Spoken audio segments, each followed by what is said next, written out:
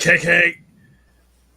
What? I was soaring in this magnificent music. What's You were going on? you were swimming, Well, I bro. was like, yeah, it's like, You, I was you were like an eternal. you were swimming. I was, That's right. yeah. What We the? were That's new. we're in the vernal equinox. Wow. Yeah, man. We got some new bells and whistles. Yeah, I I'm called up always. Yo-Yo Ma and said, "Hey, Yo-Yo, we I was need like, yo, ma. yeah, we need some new John music." And he was like, "I think I have something for you." Yes, that's correct. As you know, if pencil to pencil ain't pinkies out, I don't know what is. Thank you, thank you. Yeah, I got some new stuff going on. Oh, Did they look. send that to you? Did they like say, "Hey, you have your choice of like soaring music, like your like one of those globe trotting aerial photo." Oh yeah. Oh, like the drone photo. Oh, yeah. I felt No, like it was a drone photo. no. I made that. Well, You made that like. music? Well, I know I didn't make. I put it together. I'm not going to claim ownership of said music. You like got your kazoo out and like, and then you put it through the process. And Yeah, I'm a man of many talents. But yeah, that's just only the tip of the iceberg of what you get here, pencil to pencil. It was a couple of months ago we made the Kank Kank animation happen. Now we got some, new heights. You see what JRD did there? Going into brand new higher heights. That's right. But now that everybody's paying attention, well, hello. The universal greeting. Well, hello. Welcome back to Pencil, your favorite pandemic podcast, brought to you every week. Well, not last week because we had. Look, it just destroyed the second moon, Omicron. Yeah, I don't know, man. The world's going crazy. But let me do the intros, and then we'll talk a little bit. Then we'll bring our guest in. We were off last week, so if you may because have, we were in the itis. that's right. It was I know, Mike. Some of the ladies will tell you it's gray sweatpants season, but it's also eating sweats season. Eating sweat. Is that a new restaurant in Philly? This eating. I'm gonna open that. You don't get that sheen on your forehead. Like Superman. Say, that's Jim. Right. You don't even get to the check till you get over the. Whoo. I always thought if I had a restaurant, I would actually have a room in the back of the restaurant, so that after you had your, devastatingly delicious meal, you could just like go lay in low light on soft pillows and just kind of like, like that. Like the drool room, like there would be a lot of beads and things would make like soft sounds, piped in like sound of the ocean, I'm going to give away one of my ideas for free on here. I had this idea many moons ago. Like, say you're at the mall and you're just kind of like, this is in the before times. You're at the mall, you got bags in both hands. You're tired. You're not finished shopping and you're too far from home. You really would like to have a private bathroom break and maybe a nap, right? So I thought up, and I want my points if somebody makes it. You ready, Mike? Crap and nap. So there'd be almost like a Japanese style hotel pod that you put your credit card through. There's a pristine toilet, almost like they unwrapped the toilet out of cellophane. Oh, I thought you were talking about there was a little cubicle and you laid on your side and craft while you napped. Like one of those Japanese hotels, like a different spin on it, Oh no! JRD says coming to Philly's East Side meat and sweats. I like that. I like meat sweats is like when you go to the Brazilian steakhouse joint. Oh yeah. My man comes out with the meat on the stick. All right, we're all over the place. I'm sorry. We'll save all that for coffee break. Welcome back to Pencil. I am your producer and co-host. Jamar Nicholas is my government. Some know me as Captain Scholastic, Mike Manley. Captain? What? This is a new one. I didn't make it up because you can't nickname yourself. Captain John Scholastic. Jean-Luc Picard. I just made a new one. Jean-Luc Picard. I Oh, love it. Engage. make it Make so. it so. Make it so. So. Make it so, Nabi. And I'm brought to you, and I'm also joined by the proverbial hip by my best bud and Master Chief of comic books, Michael Manley. Say hi, Mike. Hello, everyone. Mike, Welcome to the John Dome. Our good buddy Notorious JRD says, well, hello, gentlemen. How was your holiday? Did you both take an hour off from drawing? Mike, would you like to answer that question?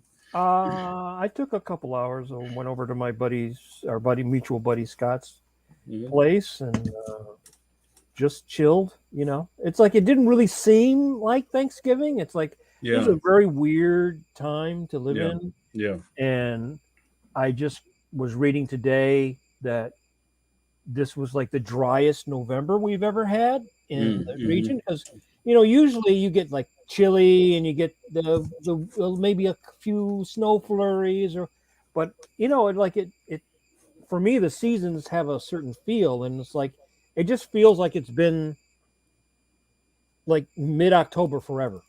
Yeah, I do feel it. It does feel very, very dry autumny. And to that point, I think we had the most spectacular Halloween. It was like a crisp night with the leaves. You know what I mean? It was almost. Oh, it was very warm compared to like previous Halloweens. It's very picturesque, It's just, and I don't think we're used to that because it should be snowing outside. We actually did have snow once on Halloween. Oh, I remember that. It wasn't too long ago, actually. But yeah, so you took a break for a second from drawing, Mike. That's good. And me the same. Well, I'm in writing mode right now, but it goes to the same place. And I hope everybody else had a good. If not everybody is really into this, but whatever you did, I hope you had a moment of peace. I was able to share some itis with your family. And when I was younger, I never understood how my aunts would always say things like, I just want some peace. Just give me some peace. Will you all sit down? Will you please just sit down? I just want some peace. I understand what peace is now. I understand. Well, hello. So to that, if you've never joined us before, this is a live podcast where Mike and myself, two cartoonists of note, talk to our creative friends, buddies, and confidants in comics, illustration, animation, puppeteering, directing, film, features, TV, everything above and below the red line in the creative sphere. And we have conversations in front of you, dear viewer. Almost think of it as like you're a fly on the wall. You get to hang out and watch us talk shop. And then fly down, land on Jamar's nose, and ask a question. That's right. And the coolest part about this is that you get to ask questions if you're watching us live. So if you're watching us live, I got another one. Mike, if you're watching us on Twitch, I set up the Twitch account. Oh, today we're twitching? Yeah, it's on my J.Nicholas account. Maybe I'll do a pencil one. If you're watching us on Twitch, well, hello. If you're watching us on YouTube, same thing. Please shout us out in the comments or the chat or however that platform works. I can't see you, but get if your foghorn out, if you get some chatter going in the comments, I can see that, and I may bring you on the screen. So let's just get to it, Mike. We're doing a part 2. I think we've had one other part 2 where we've talked to a guest, or two other part 2. Hawthorne. Oh, we did Hawthorne twice, right? Hawthorne, yeah. And which means 3 times with the magazine. Oh, right. Yeah. Does a magazine count? Phil Laura, and tonight our buddy Ray Anthony Height is back. We had such a great time talking to him. We're just like, bro, we got to keep this going. We got to keep going. And a month or so ago, it seemed like December 1st was a million years from now. right? But we're all I'm picking out my Valentine's cards today, because Santa Claus is already out, but in the back of the warehouse right now they got all those they got all yeah, the they got all that stuff all ready. yeah, It's like the day after. In fact, the day after Christmas or Christmas evening, they will already be switching out. yeah. Everything will be suddenly have a heart on it. Ain't that the way? So before we bring Ray in, let's give a shout out to our sponsors. The John, the everlasting John, above my head. Our good buddies at Graphics Leap make Clip Studio Paint. Yes, that Clip Studio Paint. That everlasting John. Oh, and also our good buddy John Morrow, who is the publisher at Two Mars Publishing, who is having a sale. I believe it was a 35% off sale on magazines, or it was a Black Friday sale, so that might still actually be going till, I don't know if it's over now, but John usually always has sales, and he might even have a Christmas sale coming up. So that's what's up. If you call yourself a student of the art form, a historian of comics, and you don't have tomorrow's joints on your shelf, get out the game, bro. Get out the game. You're not a true player for real. You don't seek the knowledge. That's right. Yeah, so get on that. All right, you guys, let's do it. I'm really excited to bring back to our fair podcast Ray Anthony Height. Ray has some more stuff to share with us, and he's been making some power moves, as they say in the street, over the last couple of weeks. So we have a lot to talk about. We're going to talk about the business of comics. We're going to talk about owning your masters, Mike Manley. We're going to talk that real rap. It doesn't get more realer than that. And I hope you guys have something to ask. So let's bring him in. Welcome to the podcast, our good buddy Ray Anthony Height. Woohoo! Kank. I love the kank. Render. Yo, what's up, man? What's up, folks? What's up? Oh man, did you like? It's that budget. That budget is just too much for me, man. It's like we were flush this year, bro. Oh man, we got Eternals budget. Got nothing on pencil to pencil. We got that podcast stimulus. Yeah, I mean, we got that podcast stimmy. So we're making. JRD, what's up? I saw that pop up. I'm actually trying to look at the comments. Is that dangerous to try to Don't look at the comments, man? Jamar, you told me that last time, and I know this. Don't ever look. Right. Yeah. Do you know how many times I've heard that having the first name Ray? Yeah. What did you do, Ray? Oh, dude, I never thought about that. Where you're kind of getting Ghostbusters stuff, right? Oh yeah. I used to do all that Ghostbusters stuff. When somebody asks you if you're a god, you say yes. Look at that, man. You're the man. You should be hosting this show. I'm out. No. I'm great as a guest. Don't put me in charge of nothing. We can't put you on the mixer. Put you on the MPC 1200. No. All right. Next time. So on the ones and twos. On the ones and twos, the jiggers. It's fantastic to have you back on, man. It was almost like the second after we were finished with the last interview, you started announcing a bunch of like wild power moves. And I know that it was kind of like right as we went on to our first interview, a lot of interesting things were happening with Midnight Tiger. And now that, we've got a little bit of road under your tires, maybe you can kind of get us caught up on that and kind of where you're going right now with that. And we can just kind of like just start in the beginning there. Oh, okay. Yeah. Joe Illidge would say, you're playing chess while everybody else is playing checkers. I must be playing a horrible game of checkers. Or I'm playing a horrible game of chess.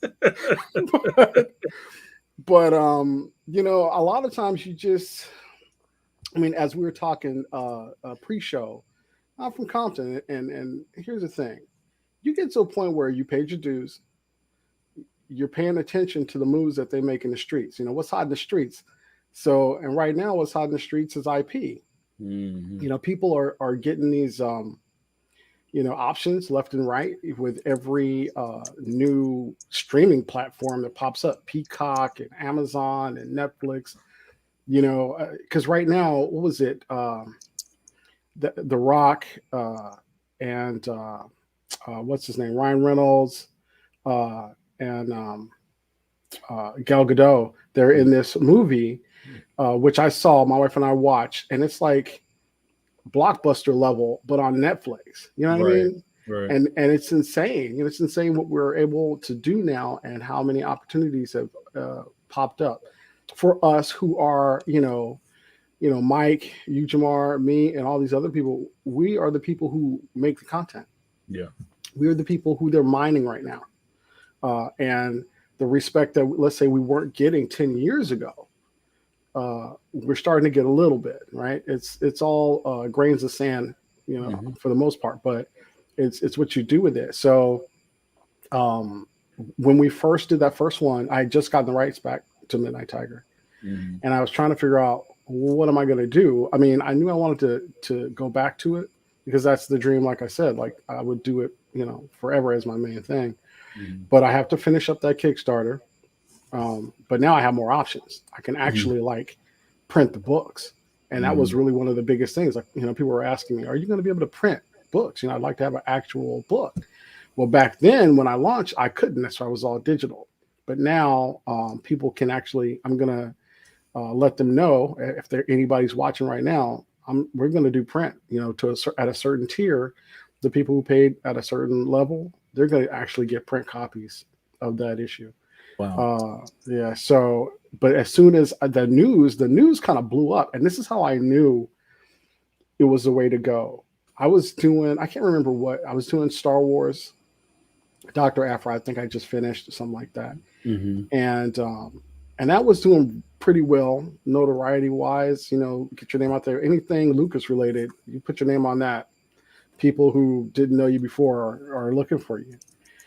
But then when I got my rights back, as we say in the hood, everybody and their mama came out, and it Oh, was no. like, whoa, we want more Midnight Tiger, we want more Midnight Tiger. Hmm. And it was like a celebration. It was like Mandela getting out of jail.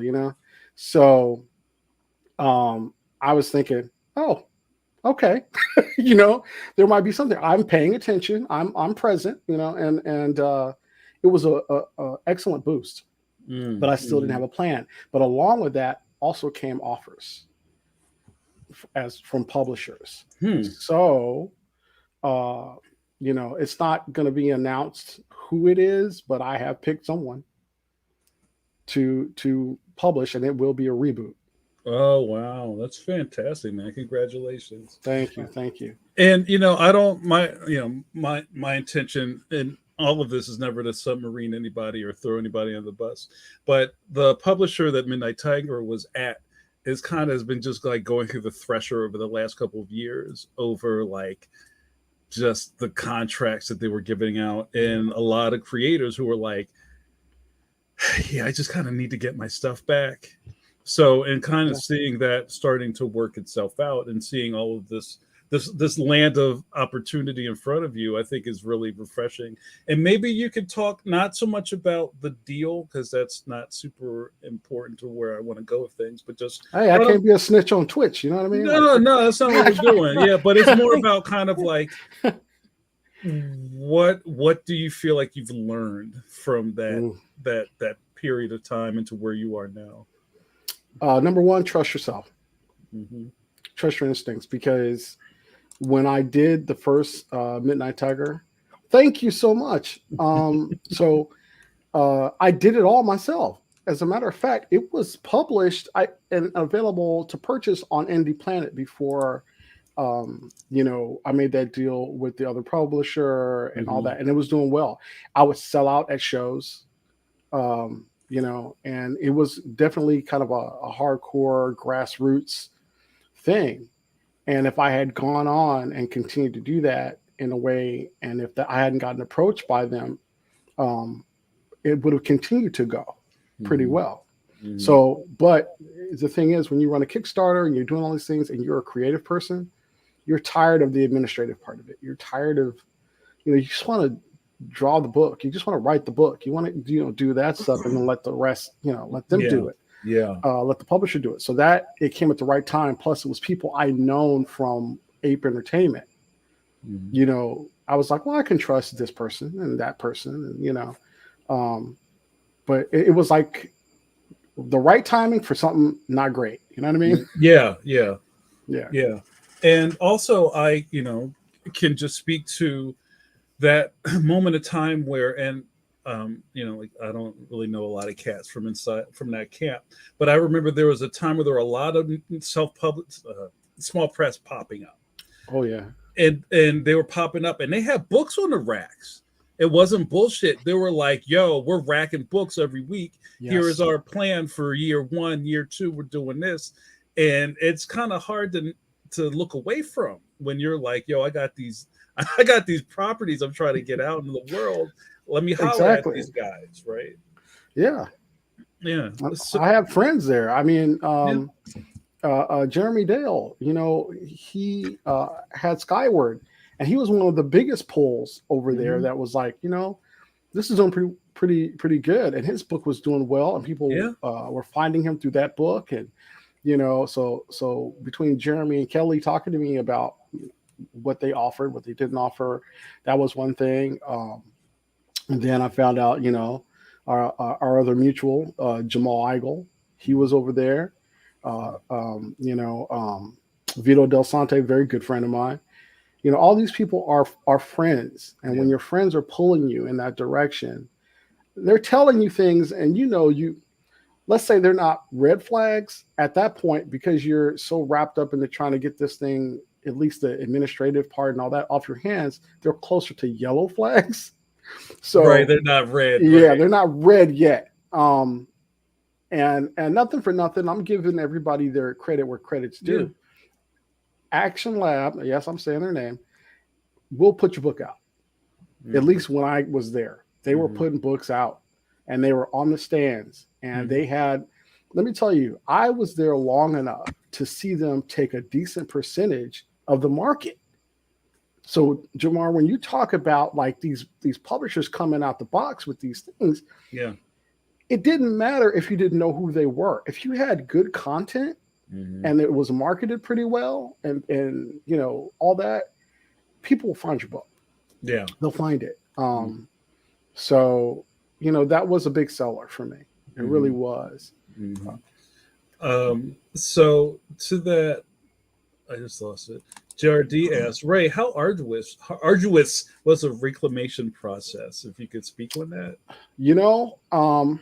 I can only tell you my ideology about that kind of thing. As my wife knows, I'm one of those land weight MFers, Yeah. Like, I read the room, I talk to people outside, see what's going on, and once I gather enough information, then I move. Or then I do it with respect always, because I don't care how bad a name, a corporation, or whatever a company is. There are people running it. So respect is respect. And that's how I treat everything and everyone. I don't burn bridges. I don't do any of that kind of stuff because it's not cool. So, because you never know, on your way up, you see the same people coming down, right? And again, people are people. So it's always respect. Like, I still have respect for, the CEO of Action Lab and all that, and all the people who are there, because I've known people who worked in those positions, and they're all good people. Okay. They're all good people. Just trying to do a job, and whatever failings we might have as human beings. But anyway, that being said, I got enough information that I needed, and I waited for the right time. But first, I made quiet moves. Like, this isn't going well. I'm not going to make any more content, and you can't make me. Right. The only person who, I wouldn't say made me, but let's say coaxed me into doing more content was Vito Del Sante, and it was for the Action Verse. And it's not that I didn't want to do more content. I did, but it wasn't, the sales weren't doing well. It wasn't It wasn't a business. It wasn't a point. Plus, I Mhm. was getting knocking on my door from Marvel and stuff like that. Yeah. Also, and I knew that working for Marvel, as we all know, or any big name, will get your persona. Build your brand, build your name up, Float and your it could. balloon, yeah. Yeah. Thank you. It can only help for my IP endeavors after that. Yeah. Now let me ask you a question about this, going back a little bit, because one of the things I always try to explain to younger artists who are getting in is the whole process of learning how to read a contract, what's in a contract, because you can get a contract. Hmm. It doesn't mean that you can read what's in the contract. And if you can't read what's in the contract, you shouldn't sign the contract, Bingo. because there could be stuff in your contract that will come back later on. And as my agent told me, Jean-Marc Lofficier, who used to be Mobius agent, a lot of people's agent, Steve Rude's agent, he Wow. said that a contract is only as good as the two parties intend it to be. And if somebody's intending to, like, run off with your prized possession, Your prize pig, right? right, and not and also not honor, right, not honor, and then that's where it gets sticky, because then do you have the money to hire an attorney to go and extricate yourself or your property from that contract? And you Yeah. know, artists tend to not want to think about that business. I want, Right. I want to draw the thing, right? I Yep. want to do the thing. But Hmm. there's enough stories in comics history of people. The best example is Bob Kane had a lawyer, right? Yeah. Simon and Schuster did not have a Did not lawyer, have a lawyer. right? If Simon and Schuster had a lawyer, they would have been rich like Bob Kane. Exactly. That's Mike. You hit it. That's exactly it. If and here's the thing: if you want to do one thing for yourself as a creator, learn how to read contracts. Period. If you can do that, you'll be ahead of the game. And if you decide to sign this thing, it's because you knew what was going in and you took it however you needed to take it. And that's kind of where I was, because I had actually got a few other contracts for different properties, and I turned them down because it was not great contracts. Hmm. That's why I said earlier it was kind of like the right time with the wrong stuff. Because sometimes you're doing this and you're doing this and your walls get weakened, and what Yeah. so it's something in the contract, uh, you know, perpetuity. You know what I mean? That's really the thing. Everything else wasn't bad, but it was other issues.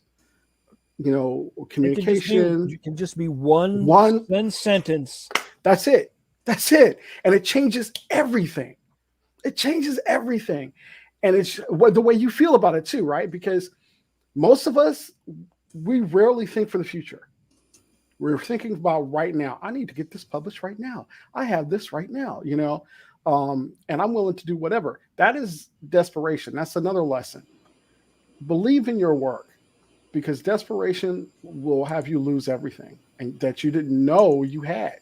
Hmm. Right. So, Or you know, cost you an arm and a leg because you got to go pay a trademark attorney who's going to yes, charge you $200 an hour, and then you may find out that the person that you're suing, they may fold right away because they don't want to spend the money, or you got to chase down people. Like, what yeah, happened to these that's people? a They big one. disappeared overnight. Yeah. Where are they? Where are their assets? Where is the corporation? How do you get in charge? How do you, Yep. and every time you fax your attorney, you It know, adds up. yeah, it's like They've you got the calling them, calculator right there. yeah, With yeah, the green visor Yeah, joint. Yeah. yeah, exactly. yeah. Yeah. I mean, And, I and went through that early in my self-publishing career. And I also had friends who did work for First back in mm, Now Comics back in the 80s. Oh wow. And Yeah. they were like starting to tank. yeah, And my rule of thumb was always that if someone owed me for more than one issue, I didn't draw anything else for them. Mike, that's what I did. That's what I took. But I did it silently, right? I wasn't talking about it because people were so surprised when they heard, oh, I thought this or that or whatever. Well, that's because I speak online, but it's kind of like the iceberg underneath the surface of the ocean, right? You're only getting that tip. You're not getting all that's underneath. I know where you took that, Jamar. I'm sorry. I'm 13 years old. I'm sorry. Yeah, exactly. You're a terrible, and no one forgives you for that. That's right. What are you drawing on that sheet of paper, Jamar? No, nothing. But Yeah. go ahead, bro. Yeah.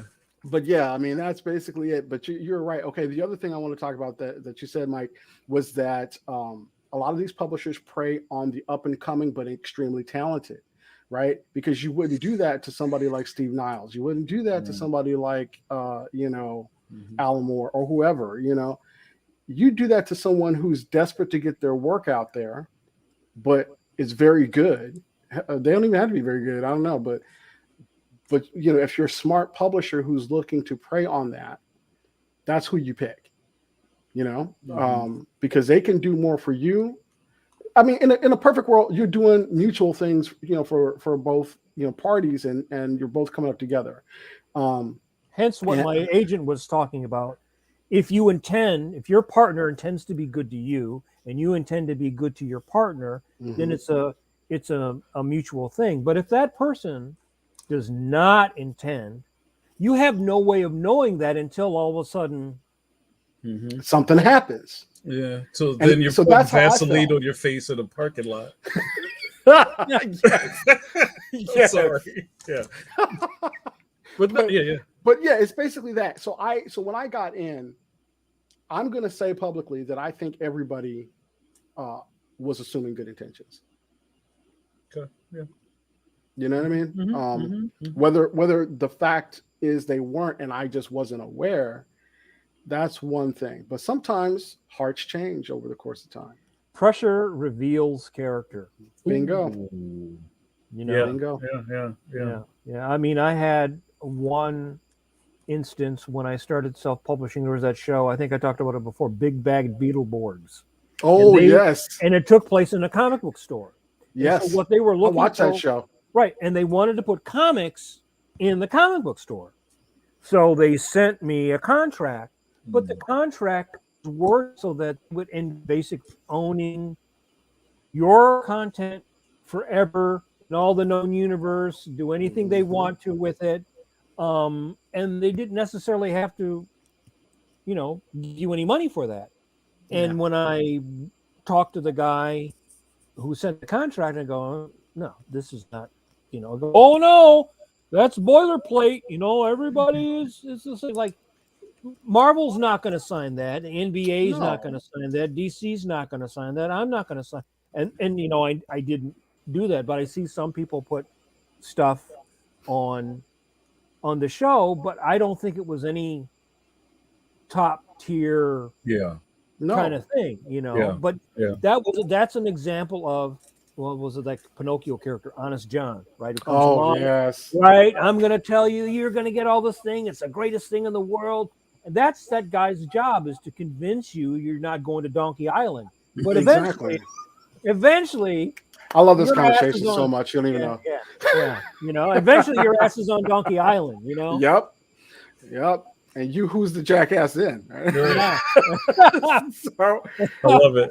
Right. So, yeah, I mean, honestly, that was really the mentality it was. And here's the other thing, after which I had always felt that any creator worth their salt has more than one idea. Whether you have 20 ideas, maybe one super popular, and a lot of times, a lot of us create stuff, and the one that's popular, let's say, isn't our favorite. Right? It's, it might be, we might have a certain feeling towards it, but it's not our top. Like, we really want to have this thing out. And for me, Midnight Tiger was my favorite. I have a special place in my heart, period. But I'm capable of all kinds of stuff, like I have all kinds of stories, and I'm willing to wait.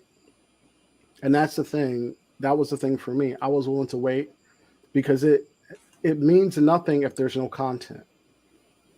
Mm-hmm. So, and it's only really costing the publisher for Mm-hmm. whatever, especially as popular as it was, because when it started picking up after publication and Mm-hmm. people started seeing it, and then people were asking me about it, and and let me tell you, it was so good before I got a publisher that when Comixology first launched, it was one of the first books in that, Mm. you know.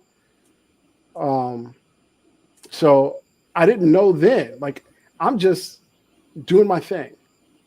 But if I could go back and tell myself, like, this is going to be huge, as far with Comixology, and Yeah. all this stuff, because people, I don't know about the digital sales, but the popularity of digital is still big, Mm-hmm. and people are introduced to so many things digitally.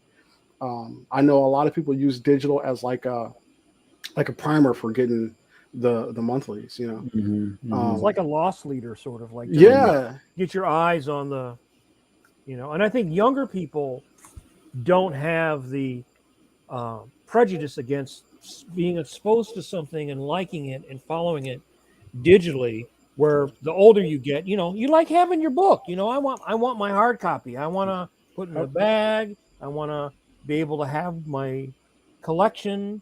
And I notice that with the younger students that I teach, they like comics, and I will bring in stuff for them to, but they read tons of stuff online and Oh follow a yeah, lot of stuff online. and that's what happens. It's I think going online is a great tool to introduce comics to anyone and everyone, right? But when you love something, you will like mass consume it, and you want all the stuff. Mm-hmm. So that's, I think, another reason why it started to do so well at conventions. I saw it, at Comixology, or I saw it on Indie Planet. I wanted Right. to meet the creator or whatever. Right. Right. They connected you with something they saw somewhere else. Oh, that's the thing. I saw your banner. I got that on. It's on my iPad. Oh, right. Exactly. Those connections Exactly. are really important. Right. They really are. And that Yeah. face to face time, because most of the people that I met back then are still following my work now. Mm-hmm. Mm-hmm. And that word of mouth, it's more powerful than Twitter. It's more powerful than anything, any marketing you Mm-hmm. could have. That word of mouth is fantastic. Yeah. I want to talk a little bit more about the,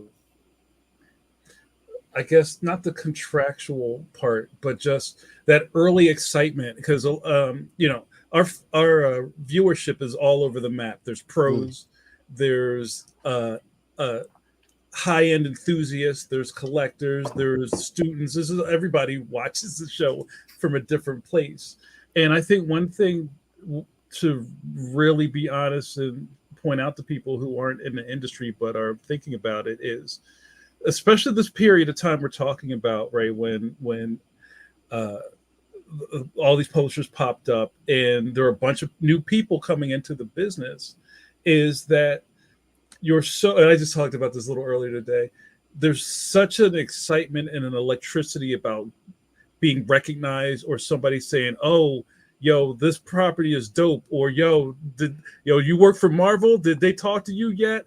Yeah. Whatever the however the snowball starts to form and roll, Right. a young creator is like, yo, I'm down, I'll do anything Hmm. to get on.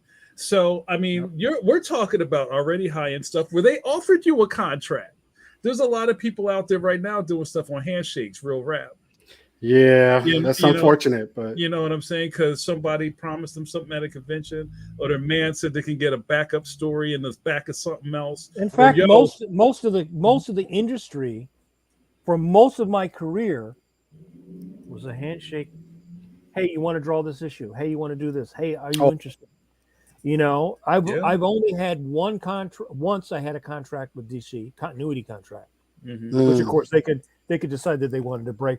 But I've never signed a contract to draw comics. It was all like, hey, are you interested? You see somebody at a show, hey, you want to yep. do something, right? It's all like word of mouth. I mean, I got burned a few times because you see somebody hey, you want to do this thing? And that editor switches office and the project goes to somebody else. And then, like, Yeah. who are you? No, I'm not returning your call. Right. Lose my Yeah, number. Yeah. yeah. Oh, you're making trouble. I'm going to blackball you, or you're difficult, or most of. I mean, I would say, and everybody in my age bracket and older, there was basically a handshake deal that you would meet somebody, you'd be in the offices, or you'd be at a con, Yeah. and usually, actually, all the time, when they ask you to do it, and you're supposed to get it on, January 3rd, and it's going to come out in, April. No, you get it March 15th. You got 2 weeks, and the special thing is like those special conditions That's no it. longer exist. Yeah. Oh yeah. Yeah. I couldn't have said it better myself, Mike. I couldn't have said it better myself. That's exactly the story. Right. So to that, Ray, I don't want to cut you off. Oh no. It makes me think about where almost the Twitter Illuminati and all those people have a lot of stuff to say about how comics are made in 2021 have no idea how this stuff began or begins, or how somebody gets into the door with this. Or they're looking at it from 10-15 years of Marvel Cinematic Universe and people making all this money off the stuff that nobody cared about not too long ago. Yeah. You know what I mean? So it's easy to say, well, how could you sign that? Or when they asked you to do this, did you get your points or whatever? Like, bro, this is new to a degree. Like even following that Hawkeye thing that's going on right now, where the creative team is like, yo, how you just straight biting off the cover that I created for this book that nobody was reading back then, and now it's all over the your sidewalk, corner store. That's the history Yeah. of the industry, Yeah. right? If they would screw Jack Kirby or anybody else who created literally billions of dollars. Oh yeah. For these people, and for a lifetime, because when we're gone and pushing up daisies, these characters will still be making money. Yeah. I mean, Spider-Man will be eternal. I don't think there's certain characters like Spider-Man and Batman and that will be around generations from now. But even the literati, that's on the internets. They don't really know about creating something, because the creating is a sitting down in the chair 10, 12 hours a day, 6-7 days a week, making something, investing something. It's easy to Twitter about something. You're not really, doing, right? But you got to sit down there, create your idea, work on it. You got scraps of paper, you got hours, you got a sore back. Yep. It's almost like they Hollywood it in a way, like Well, it is. It's the montage. Yeah, it's a montage, right? and it sounds or looks awesome. Or when you talk about the highlights, it's no better than Instagram. What you're seeing is the highlight reel. You're not seeing how many takes it took. You're not seeing the blood, sweat, and tears. How many hours of sacrifice, whatever that's going on behind the scenes. All you're seeing is a finished product. And to you, it's new. Yeah. It's new, it's fresh, it's whatever it is. It's not. You know what I mean? And you look at I always look at a guy like Jack Kirby, because his career lasted so long and he had many successes, but he also had failures. Yeah, but they don't count those.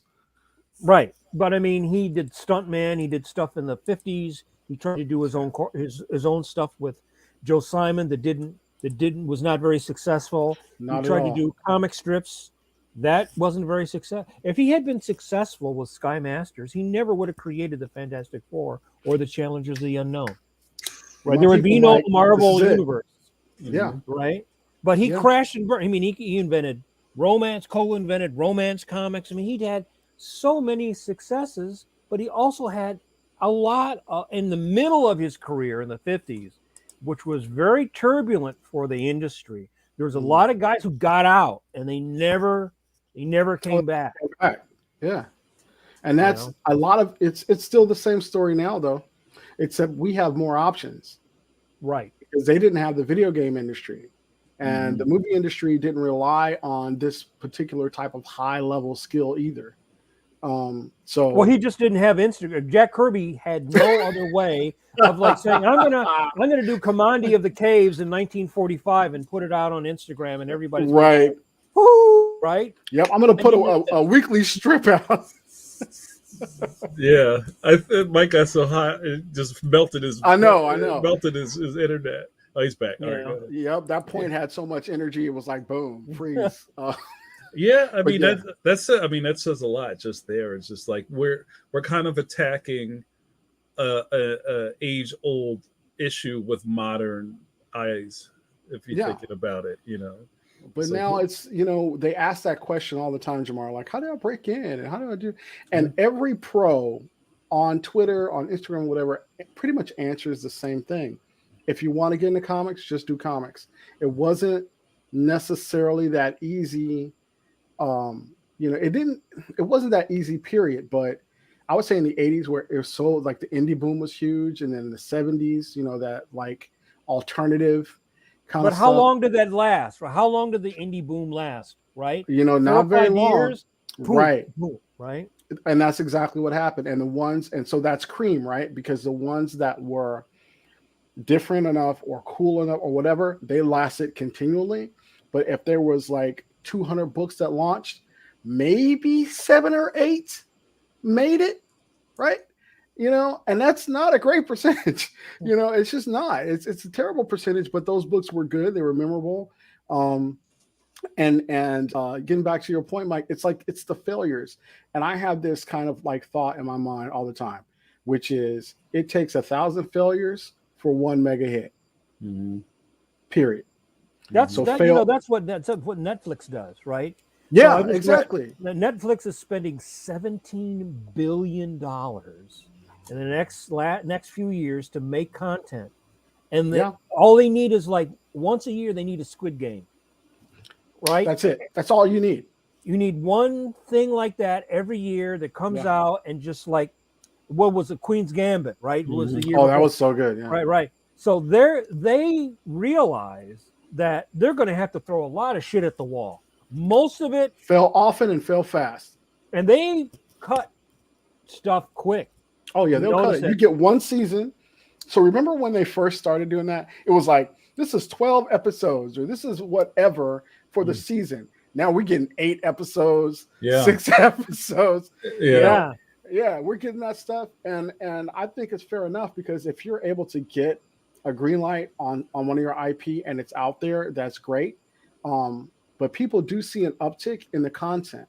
And then let's say you don't get the next season right after. Maybe it takes some time to build. So like 3 years later, oh, here's season 2 because it Mm. finally got popular enough for us to warrant this, Right, or it's a sleeper hit, right, right? Oh, did you guys watch that thing that got buried under the other 300 things that Netflix put up? You right. know, that because that's the name of the game. That's kind Um, of like Cobra Kai, right? Because that was on YouTube at first. yes, Then it came to exactly. Netflix. And it was a slow build on YouTube because it was like, I bet everybody thought it was a gimmick, but when they got the actual like stars on there, Yeah. it was a whole thing. And Netflix had the money, and they're like, you know what? This is a go. Let's do this. And what Hmm. are they on now? Season 4? Hmm. Yeah. Hmm. Hmm. You So know? I want to ask you something about your strategy. Are you sort of like an aircraft carrier? You got like the jet that's taken off, the jet that's on deck, the jet that's getting worked on, and the jet that's going to, that you might pick up later, because it seems like a lot of creators have you got the one thing going, but as soon as you get that one thing going, then everybody else, what else you got? Hmm. Yes. What Yeah. else you I got? have a What lot else? of that. Right? And Yeah. then even to develop the other thing enough to get to the next level, you got to maintain the one that's flying, Right. right? And then The when you one that get that, everybody's interested in, right? yeah, and Yeah. then they're interested in that. You're trying to get the next one off, but then because you get the next one off, well, what else you got? Yep. Yep, I What get else that do a you have? lot. And so I'll name, if you go to my old DeviantArt, I had this long like image. There were so many things that I had pitched to image comics, so many different properties. And of course, this is years after, I was on Moon Girl and Devil Dinosaur and I did X-Men or whatever. And people were like, "Oh my God, I didn't know you did all those things." Yeah, this is what happened before I got that. Right. This is what I was doing before. I was always creating these things. So it's kind of funny you broke that down. So if we're using the aircraft carrier and the plane analogy, let's say I've got an F-15, which is Midnight Tiger, right? That people know it's they're looking forward to. They know me for this thing or whatever. And then I tried, I don't know, a MiG. MiG was good, but not as popular as the F-15, right? That was Cornerman, Mm-hmm. right? Mm-hmm. People like the concept, but it just didn't blow. It didn't go over as well as Midnight Tiger. And then the thing that I have going on that is Sky King Oris, which you know how you see the concept of a thing first, you don't actually see the actual thing, and people are like, holy shit, that's going to be awesome. Right. When I first premiered that first image of Sky King Oris, people were like, oh man, this is going to be awesome. And that was just the concept sketch. And right now, that's the prototype that's being worked on. Mm-hmm.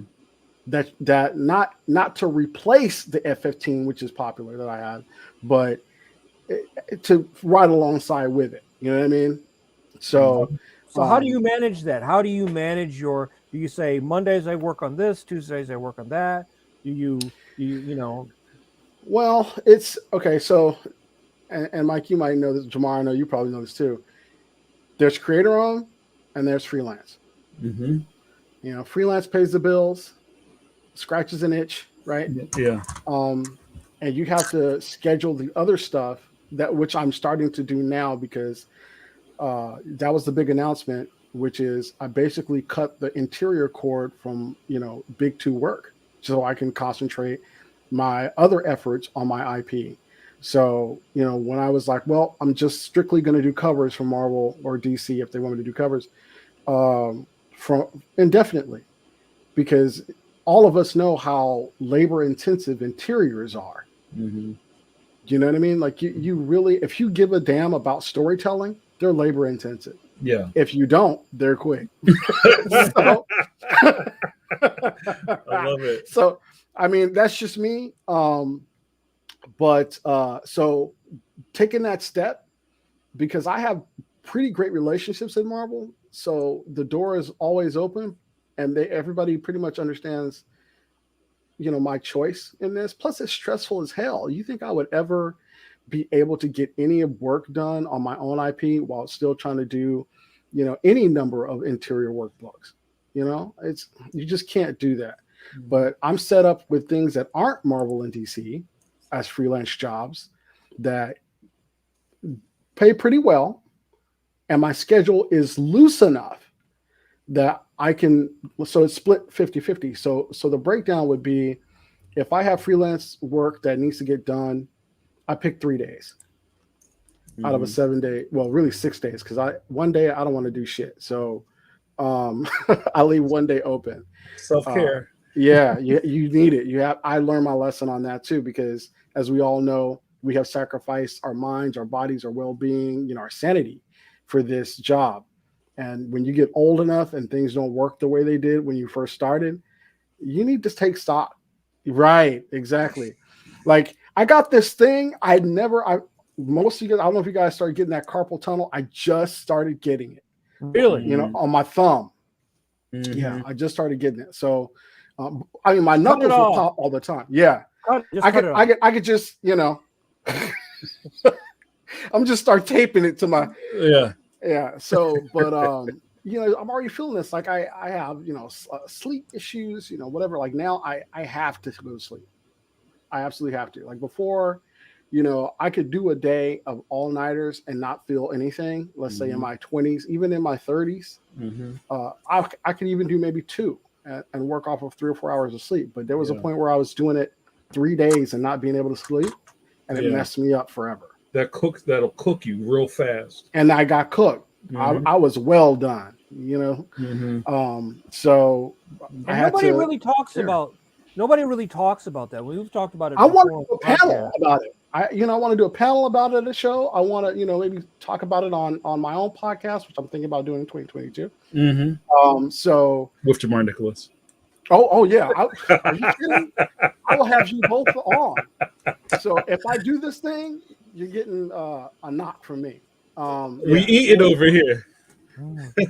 Yep. So, So I mean, but yeah. To that point, I mean, we talk a lot about self-care, but we also talk about the fact that you got to get stuff done, and there's only 24 hours in a day. So sometimes the deadline calls, and you really can't do much about it. But Yeah. it is a dream, and you have to be careful. It is. And it's it's different for everybody. I think that I had the physicality or the mentality to be able to punish myself to Mhm. do that kind of stuff. But I know other people like just they physically can't do all-nighters. They could like Yeah. not work 2 days in a row with no sleep.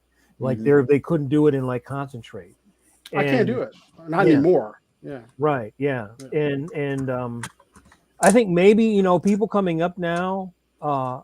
I think the thing I notice is that I've talked to a lot of younger artists, people in their 20s and 30s. Their hands are already messed up from the carpal tunnel, like you're saying, from Yes. drawing on the digital tablet. That Yep. Apple Pencil, I think, is really wrecking people. Oh I'm yeah. sorry, That just one that. is the worst, I would say. Yeah. Yeah. But yeah, I mean, that's the thing. Matt just said, it'll take years off your life. I feel that. I can feel it. You know what I mean? And like right now, my wife and I get up in the morning, we go walking for 3 miles because I'm trying to get them back. You know what I mean? I'm trying to get myself So did together. you look and you saw like the ghost come out with a number on it? Yeah. Well, yeah. Oh, yeah. It's like those cartoons where somebody gets hit and you see the ghost start to leave their body, and I'm kind of like this. Okay, Bring it back in. Come on back. Come on back. There's like that Sylvester cartoon. I remember it's like, I've only got one life left. Yeah. Exactly. Hey, So. Ray, I have a question from our good buddy. No, Okay, go ahead. Notorious JRD, JRD. who says, Ray, when you have crunches like that, do you try and structure your day so the art suffers less than the writing, which is easier to correct later? How do you structure that burn? I'll tell you this. So typically when I have that type of situation, I'm not writing. Well, if I'm doing a book where I have to adjust the storytelling that is written, sure, I'm co-writing to a certain degree. But I care more. I'll tell you guys this. This is me, and I hope enough people are listening. People know about my process. I don't really care about the rendering aspect of the work. All my work is done in layouts. I will spend days on layouts because once I get the storytelling down, once I get the composition down or whatever, at that stage, because that's where the work is, the rest doesn't matter to me because, okay, now I'm just going to make it look awesome, right? But to me, if it looks awesome at that stage, work's done. The rest, I'm just making it look nice for general consumption for the most part.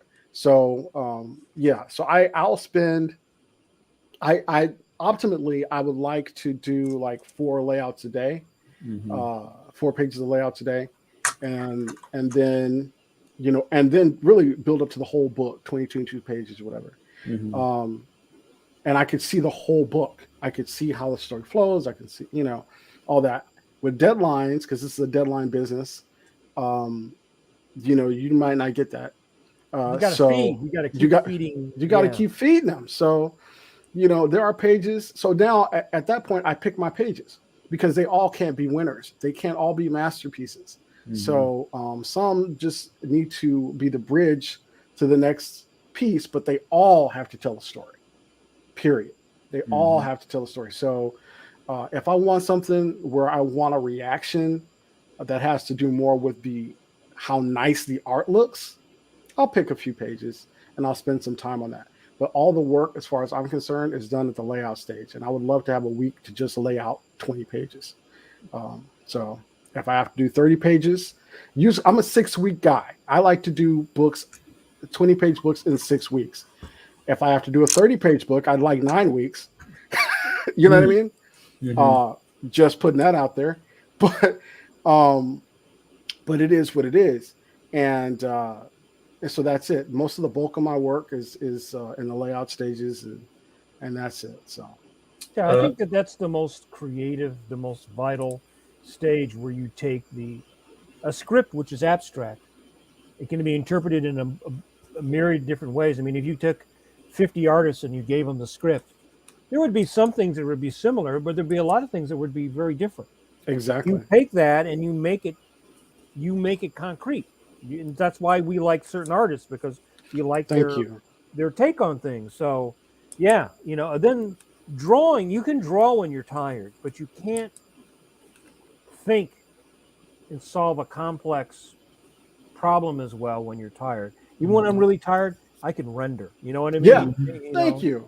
When I'm really tired, I can ink my ass off. Like inking is so like zen to me. It's very like meditation. Yeah. So when I get to that stage, I know I'm good. If the layout's good, I just zen out and I'm just having fun doing whatever. But Mike, you're so right. That the layout, you spend so much energy. Your brain actually takes up the most energy for your metabolism. Like it's your brain. Yeah. So if that's fried, you're not worth a quarter. You know what I mean? Ray, our good buddy D Brad.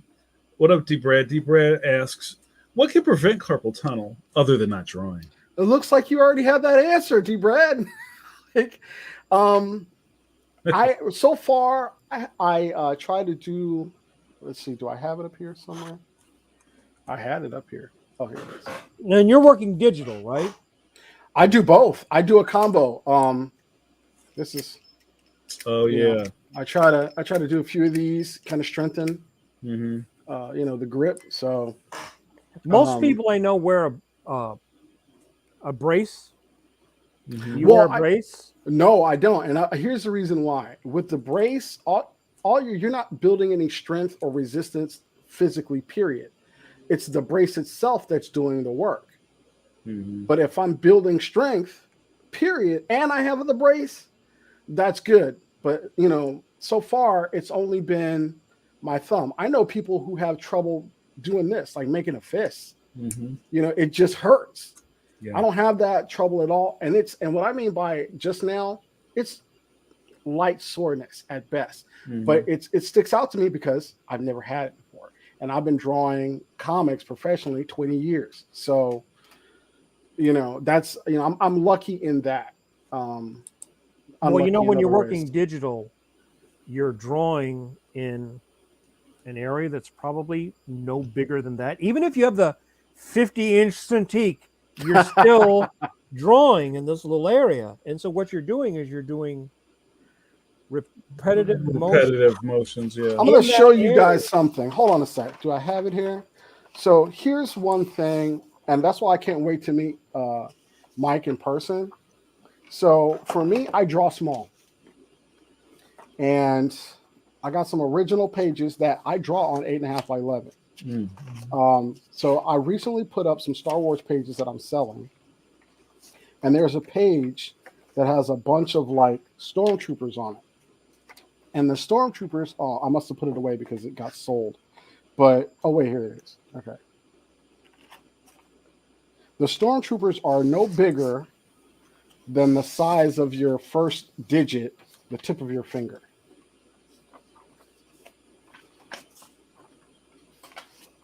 Where are they? Okay, well, this is a good example too.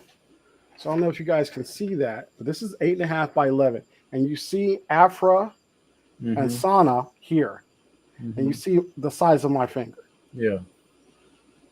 So that is pretty much, and that's not even the smallest character in there. Right, yeah.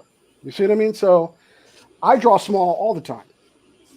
And as you can see, it's a lot of blue. So that's my layout. So I scan in the layouts. I do them in blue with a blue pencil. and then if I need like tighter stuff, like I'll show some more of these things. So, but yeah, this is like, you know, Mm. a whole page, 8.5 by 11, and this Yeah. is so all the information I need is there.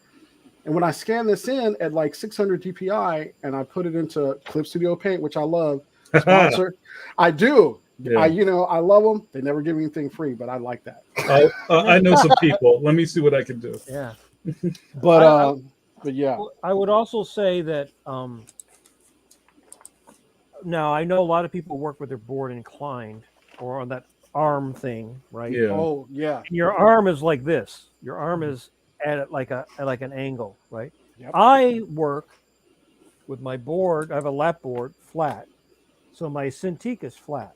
There is no stress on my arm, Oh, so okay. right? I'll So I can do it, and I can either look at the Cintiq or I can look at the screen, either or. so When I'm that's drawing. that's the angle of my Cintiq. Yeah. Mm. I remember when I was working in Al Williamson's studio, he was having trouble with like tennis elbow, which is sort of Oh, like the same thing. yeah. Mhm. And he went to see a doctor, and the doctor encouraged him. And Al worked with a lap board. That's how I learned to work with a lap board. He had a Mhm. board that he would set at his drawing table at an angle like that, and he would put his pages on there, and he would pencil me that way. But he adjusted the height of his table to where his bottle of ink was. It was something about this, Oh, there's like a right? That arc. Yeah. Yeah. And that started causing him to throw, have. throw your rollies in the air. Hey, He started ho! having, he started having trouble with his arm, and he adjusted that, and he Hmm. didn't have it as much. So it's like, and everybody is different because, like I said, Yeah. I know people who are in their 20s who are already they're messed up, right? And by the time they're my age, who knows? They'll probably have to have operations and braces or If they want to something. continue. Yeah. What I find is when I draw on a sheet of paper, my arm is all over. Mhm. Right? Yeah. I'm over here. I'm over here. So I'm never in one spot. But I'm only digitally inking. I rarely draw. Even on Judge Parker, I rarely draw. I sketch it out on paper now. I can go faster. I do the same. The inking. So I don't get trouble with my arm. But when I first got the Cintiq, I angled it like everybody angles it. Oh man! Mhm. Like right away, my arm was killing me. That's So, how I changed the angle of this because I started like everybody else, and I was like, this doesn't feel good at all. Yeah. But this is, and talk about the lap board. So when I go to cons, a good friend of mine, Don Schmidt, if he's watching it, I just shot you out. But he got me this board. It's 11 by 17, and I just sit it on my lap at cons, and I work pretty straight. And it's the most comfortable thing instead of being hunched over. Yeah. Oh, You know, like the that. hunchback. Yeah. That'll Yeah, get you. yeah. And I you would can engage, right? yeah. Yeah. I used to see students. They would be like, they're like working on their Yep. Cintiq. They're like their eyeball is like 1 inch above the. I'm like, man, you're gonna like by the time you're 30, you're gonna be like in a brace, Yeah. And glasses, right? And with a Coke bottle subscription, a prescription. And right, I was going to ask because do you wear glasses at all? Yeah, I do, but I don't. Okay. So this is kind of the bane of my wife's existence. Mhm. I just started wearing them. I'm 47. She's pretty much had to wear them most of her life. Mhm. So every time we go to the eye doctor, and the eye doctor was basically like, "No, you have perfect vision. You have perfect vision for Mhm. years." And she comes back and it's all some kind. Oh, you need a new prescription. She's like, "F you, man." Come here, So- boy. right. Whoa. And so just in the last let's say year, I just got some really nice glasses, but I to be honest with you, I barely need to use them because they're only reading glasses. They're like a 1. So they're reading glasses kind of Well, like, you're lucky because a lot of people I know who didn't. I mean, I've always worn glasses since I was like 9 or 10. But I know a lot of people. This job is hard on your eyes, and staring at that screen. Yes. Boy, at the end of the day, like I pulled a couple really long days the last couple of days. You get that blurry when you go from this point to this point. So that's or why you I have just get glasses. tired. You just get tired. Now, somebody like our friend Scott, wears those blue blockers to block the Mm, blue light Mhm. mhm. because supposedly that might have something to do with long-term retina deterioration. I mean, That's what the again, optometrist told me. yeah. So you've got all these little things, right? All these little Yeah. things that affect you long term. I've been drawing comics like almost 40 years now, right? But I've Wow. been drawing since I was a little kid, and seriously since I was a teenager, right? Mhm. Wow. So now I've been drawing on a Cintiq several years now, and I can tell you nothing makes me more tired than working on the computer screen. Yeah. Yeah. I Mhm. agree with you 1,000%. Like my eyes start to get sore. Yeah. Yeah. And I'm like, I'm done for the night. I'm good. Well, it's always slightly. Oh yeah, it's that blink, and we pick it up. Mhm. So our eyes, our pupils are kind of adjusting also all the time, and you can feel it after a while. Mhm. Your brain just can't keep up, because it's constant. Yeah. Yeah. So yeah, I know that feeling all too well. So It you have sucks. to try to you have to try to do something like you got to build your skill set. You got to do the long hours, and you want to be successful. You want to be good in business. You want to be a good artist.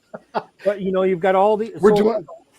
Here we go. yep, yep, That's what we're doing all the yeah, time. yeah, Juggling chainsaws. right. And Oh for yeah, one person, their eyes may not go into their 50, right? yeah. Another person, their eyes go in their 30s. One person in their 20s get carpal tunnel. Another person, luckily, knock on wood, I have no trouble with my hand drawing. No carpals. Yep. No, No and my carpals in back, your tunnels. yeah, No carpals in your and my back rarely bothers me. I mean, it'll get stiff, if you work Yeah. several day long. But I know other people like, man, by the time they're in their 20s, they threw their back out once or twice. Oh They're like yeah. wrecked for the rest of their life. They've got like a chronic back problem. Well, it was an artist, Marcus Williams, had talked about Mhm. this really terrible back issue he had, and it sounded excruciating. Um, I try to every 2 hours get up, walk around, do something different, or whatever, just to kind of loosen up a bit. Because once we get into a zone, we could sit there for 4 hours straight and Mhm. not move. And I was doing that, and I could feel the difference, right? Like your feet start to get a little numb, whatever it is. So you got to get up and move a little bit. But that back, I haven't had. I pulled muscles in my back, but spinally, no issues so Mm. far. So I'm going to keep the 2 hour break thing up, just so I can kind of head that off at the pass. I have a couple of questions in here. I had some on deck, but new things keep popping up. So, our day one, Eternity Forever. Shout out to Nice. Eternity. It says Walt has very thick glasses. I always wondered if his vision affects the way his art style is. Oh, that's a good question. I don't. I mean, I've known Walt since I was a teenager when I first met him, Yeah. and I think some people just have like me. No, my glasses are thick, not as thick as they would be because they have those ways of like compacting the Oh yeah. question. Yeah, but like when I was younger, my glasses were much thicker. Um, I don't know if that affects your style, other than maybe as you get older, it's Hmm. harder to do. You have to get closer for detail. Yeah. Oh well, yeah. I remember seeing a film of Mobius a couple of years ago on YouTube of him drawing, and he was like Right on. I think right. I saw that. Yeah. Hmm. It's our boy Jerry Kraft just said. I just had to Google the words "move" and "break." What is break? That's fantastic, Jerry. Yeah. It is foreign words to a professional artist. What is move And Yeah, break. and break? that's Um, that's And not in the sleep. artist. Sleep is the one that eludes me. It's the Yeah, that's sleep. right. That's not in the freelance artist dictionary. No, no. No. And let me tell you, if you get as much crap, like we all do this challenge, this is on another podcast that we should do or something, mm-mm. where, hey, I didn't sleep for 2 days. It's a badge of honor that you don't sleep. Or my favorite, while you're sleeping, I'm working. You know, Yeah. you know, okay, that's cool, but I'll be here longer than you. That's right. Yeah, So- yeah. I mean, I think I'm so trained by now that I can I do the thing where I get 1, 2 o'clock. Now I can Mm. go to bed, and if I go to 4, The witching hour. I go Yeah. right. Oh yes, Go Yeah, right you- around. I hit that yeah. dip and I go right around. Yeah, you gotta Yep. you gotta that was me. gotta plant your flag. Yeah. You If know. you miss your window, now you're back up again. Mhm. And there was a point, guys, where I did some of my best work between 2 and 5 a.m. Yeah, yeah. Yeah. That's like the Yep. magic hour because you've eaten. You don't have to Mhm. talk to anybody. You can put some Yep. movie on or TV or music or whatever. Gunsmoke. And yeah, you know, I would Gunsmoke. I would say that was the bulk of my career, is I would do way more work between 11:30 and 4 than if I was up at Mm. 9 and worked all the way around. Yeah, that so I'm a morning person, so imagine how that messed me up. Wow. I'm a I'm morning definitely person. not a more. I'm definitely not a morning person by nature. I think I've always been a night owl.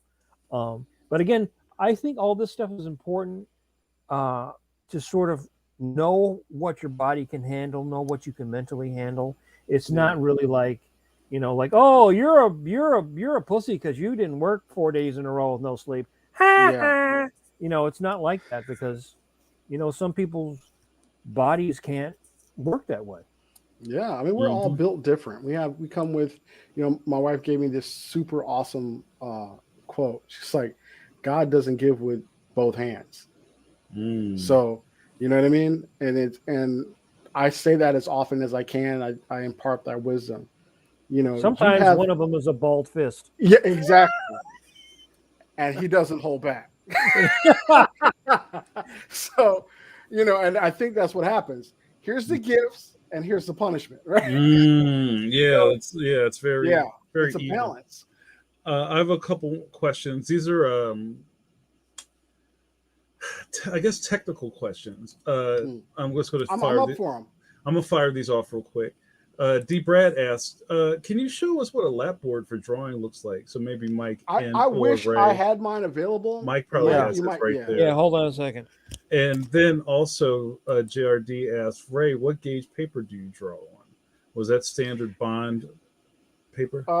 No, this is like it's a bit thicker. I don't know if you could tell. There are some that are okay.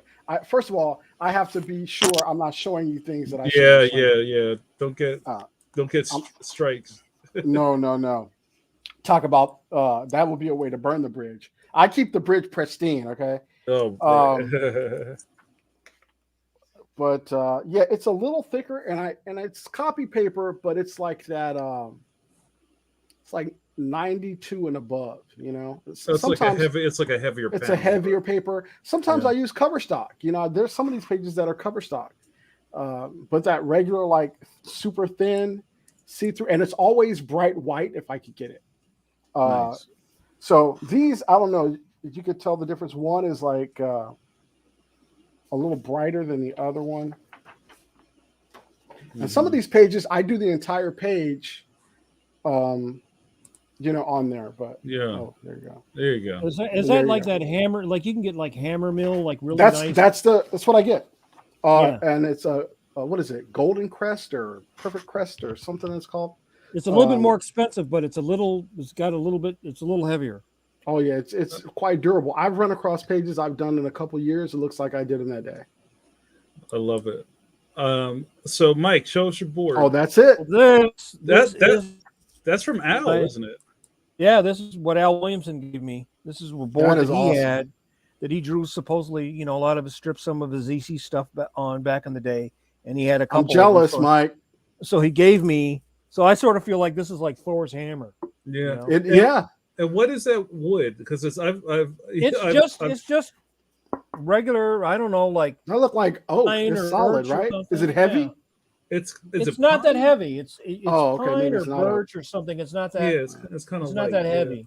Yeah, and you can even see like where is it? Some of it like you can see like where there's like where he would do is he would clean the brush, We right? clean He the would Oh, take the brush. that's what extra that ink. is. Yeah, yeah. Yeah, you know, so this has this patina of like a million comic pages and comic strips on it. I love it. Now I That would that make board is vibrating on a different spectrum.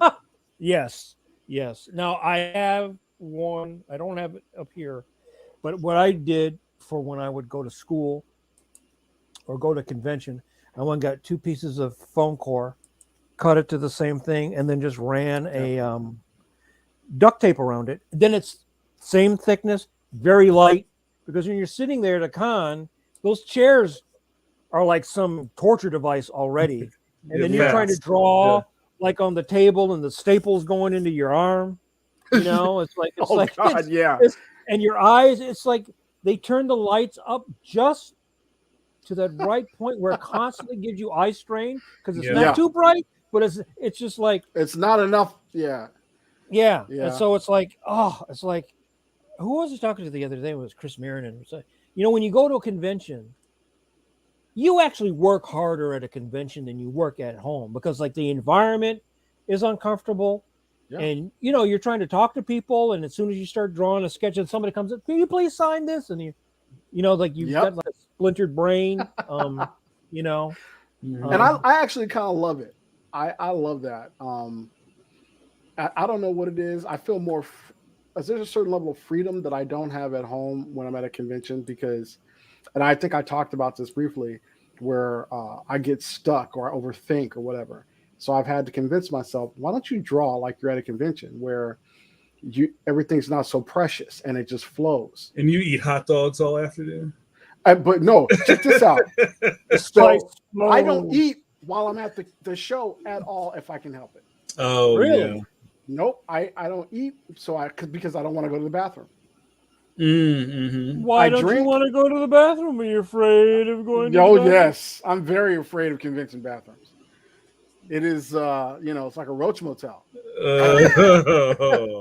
Well, you know, Check in, we but were you don't talking. check out. Yeah. I mean, that was one of the things we talked about before about going to a convention now with the COVID. Is the men's room is a disaster within like 20 minutes. There's like Yeah, yes. fluid everywhere. You don't know what that fluid is. I've been training for this my whole life.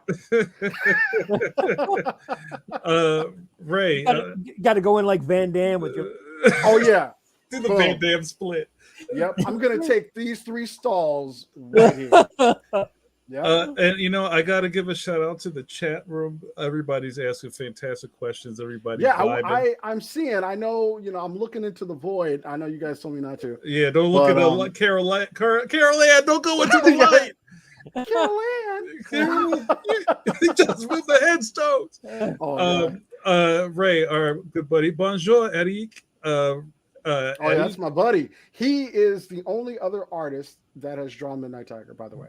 Oh, I didn't know that. A little factoid. I love it. Yeah, yeah. Eric says, Ray, what made you switch to digital for inking? Do you find it easier or faster? More options. Mm. It is faster, and you have a little bit more control. I do still enjoy traditional inking. Mm-hmm. That's why I think I also love going to conventions because I ink there. And I do some inking if I need to prep real quick. There's something about inking traditionally quickly. You get the happy accidents, but most of the accidents aren't happy, Mm-hmm. Mm-hmm. Which is one of the things I learned. So digitally, there's things that I could do to really pull out some stuff that, let's say, I otherwise would need all this extra equipment to do. With traditional inks, and it's less messy. That's actually, if I had to list the top things,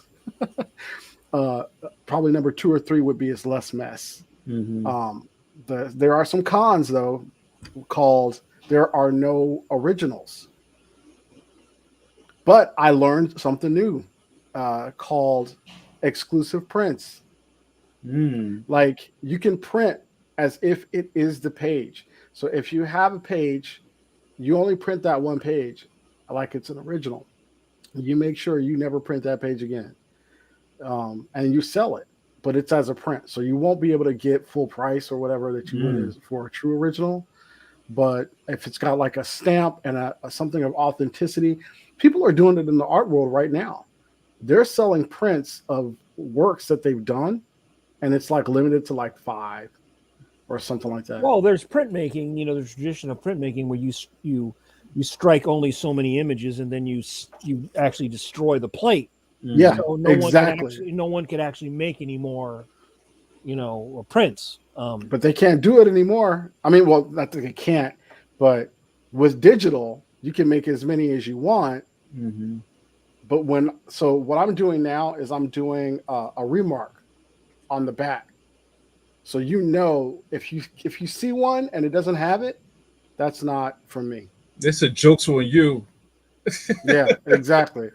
How much you pay for that? Let's look at the back. Well, there's some fans though, because I sell some of my stuff sometimes too. Some fans don't want to buy the pencil; they only want to buy the pencil that's inked, the pencil page that's inked. Right now, that's probably mostly older people, but it seems like most of the stuff that's produced today, and maybe I'm wrong, but it seems like most of the stuff I see is not, me drawing something and somebody else inking it, Right. it's JR and Klaus Janson still work together. So there are teams of people who prefer to do that, Yeah. but it's not like it was in the old days where you're like FedExing boxes. Yeah. And then you're splitting pages and no, it's not like that anymore. Or you email it, they print it out, and then I have that. I have a few guys that do that because they sell their originals. They sell the original inks. Some of the guys I work with still do that. But those same guys are now, to get more work, have adopted the digital, so they can ink 3 books at a time.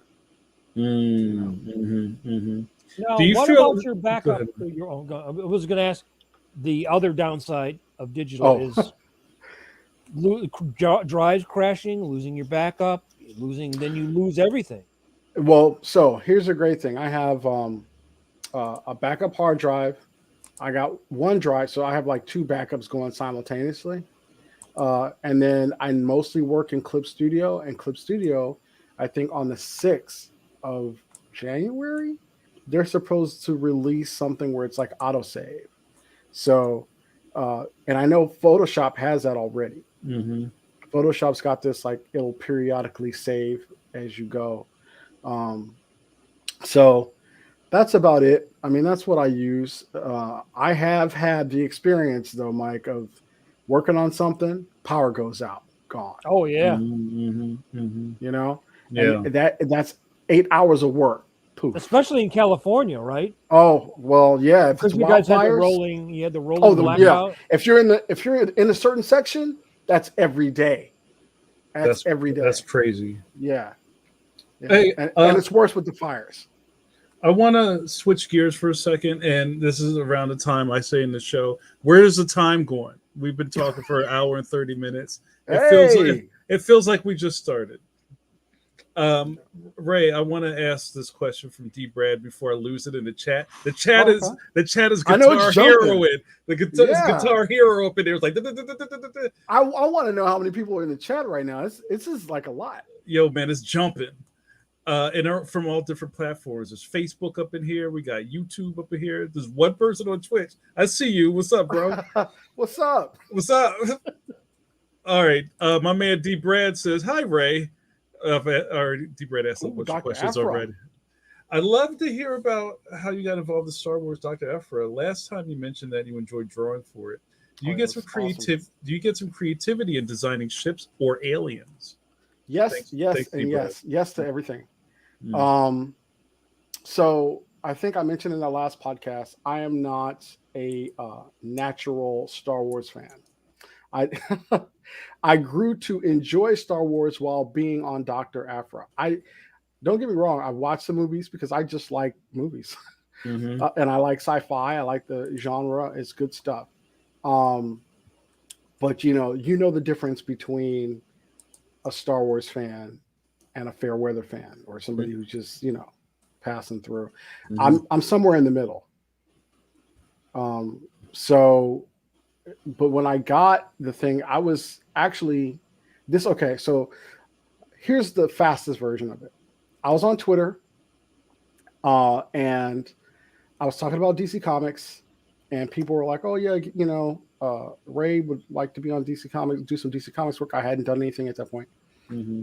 and Jim Lee reached out to me, Mm-hmm. and so I put the little screen capture of when he friended me, and I was Mm-hmm. like, "Okay, this just happened," Mm-hmm. and I had met Jim in the early '90s. I had sent some samples a long time ago, and I was in a line to get a review, either from, I want to say it was Matt Broom. It had to be, because Matt Broom is the cousin of one of my oldest friends. Oh wow. So Jim had passed. He was on the floor and he passed and he saw my pages, and I can't even remember what pages they were. I can't tell you guys. But he glanced over it, like running through, and he goes, "Oh yeah, those are cool. That's good stuff." Mm-hmm. And I thought that was it. I thought I'd never, interact with Jim ever again. 20 years later. But so he remembered that, and he contacted me, and we talked through DM.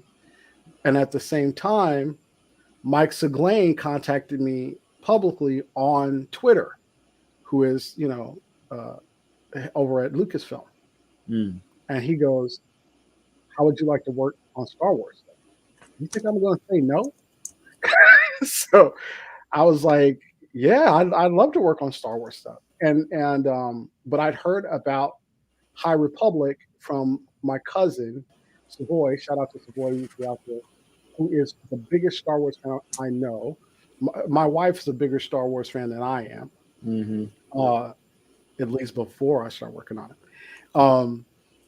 And so he kind of hit me to some things, and he let me know about High Republic. And I thought, man, that's fertile ground.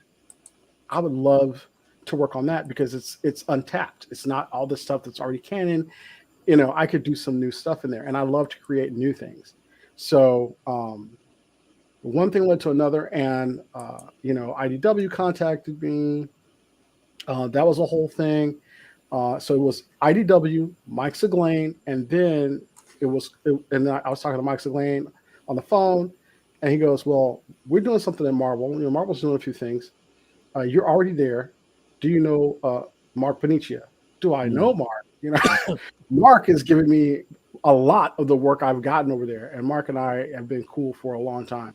Mm-hmm. So he said, "Oh yeah, I'll talk to Mark." And then one thing led to another, and then they hit me up for Dr. Aphra, and Nice. that's how that worked out. And then when he explained to me everything about Dr. Aphra, I was like, "I'm in. Mm-hmm. This is an awesome character." So, and it was everything I was looking for too. A new character, pretty much untapped. Great legs for everything. They've done so much great groundwork, and Alyssa Wong is one of the best writers I've ever worked with, hands down. Wow. So, yeah. That's fantastic. So to the last part of D Brad's question is what do you enjoy doing, like technical drawing, like ships and things Well, like that? I like monsters and I like organic ships, Mm-hmm. which I can fake tech, right? We fake it. Yeah. All you need to know is some type of mechanical things, but And Star I Wars is enjoy hard it. to draw. Star Wars is hard to draw. Say it, preach it. It's I difficult. mean, people. It's like I've worked on Star Wars projects a few times, and if you draw, like just C-3PO is like really complicated. Mm-hmm. And if you're going to draw like the Millennium Falcon, Wow. I did a kids book, some Star Wars kids book, and you have to try to take that thing and then simplify it. Yeah. Right. Like Right. Yeah. just the outline, and if you get it just a little, doesn't look. If you get R2D2 too fat or too short, doesn't look like R2D2. Looks like Nope. R5P4 or Right. And or it's whatever, so precise. Shorty doo-wop. Yeah. Yeah. Yeah. Yeah. But see, I Mike, mean, you that's know, like it's something that should be angular and you draw it round, even though the general shape is the same, Yeah. completely messes up whatever the thing is. yeah. Yeah. Yeah. Yeah. X-wings are a pain. Let me tell you, I Well, didn't draw that's why. any. No, you didn't know. No, Yeah. I drew. What did I draw? And I used the design. I'd have to show you guys. I don't have the original. Actually, Black Star Comics in Carson, who is run by a friend of mine. I gave him that page to have in his store. So he has and it's on the 11x17, which is rare for me to draw on that size. So I gave it to him and donated it to the store. But I drew a ship, and I think it's called a Star Destroyer. So I based this ship, which is God, what is her name? It's escaping me right now. But I drew her ship, and it was kind of based off of the design of the Star Destroyer, but kind of funky, kind of cool. And I looked at the old canon of the ship.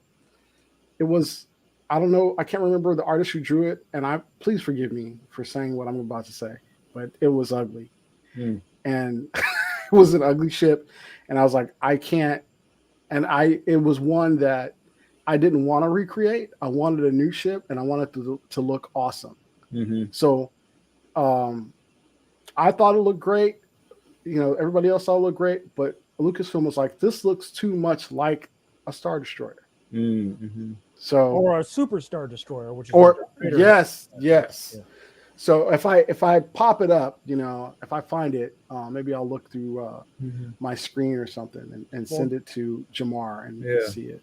That's why Al Williamson, when he did the strip, worked with a guy named Carlos Garzon to help him do all the ships, because he was doing a very realistic version of the stuff. So if you've got to draw the Millennium Falcon in 4 panels, that's a lot of work. So he hired, insane. so he would lay it out. And also, people don't realize that you go back to like the 80s, you couldn't go to Google and find Millennium Falcon, and there's like 5 bajillion pictures from every angle, right? Right. You had a few pictures here, a few pictures there. The rest you got to draw.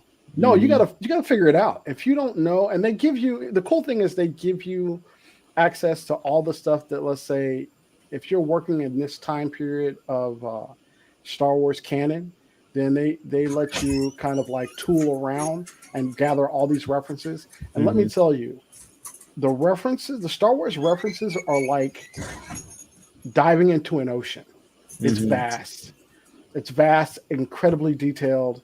You get lost in it easily. So you became a Lucasfilm approved artist? I did. So I'm officially Lucasfilm approved.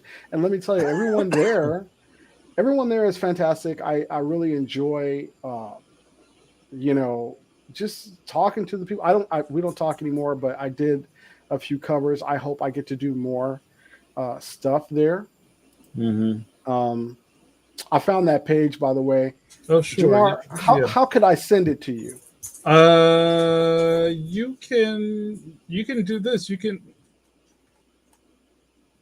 just can you email it to me real quick, and I'll do some magic. Okay. And while you're doing that, and I'll ADHD through this and do 5 things at the same time. I'm trying to do that and be sneaky.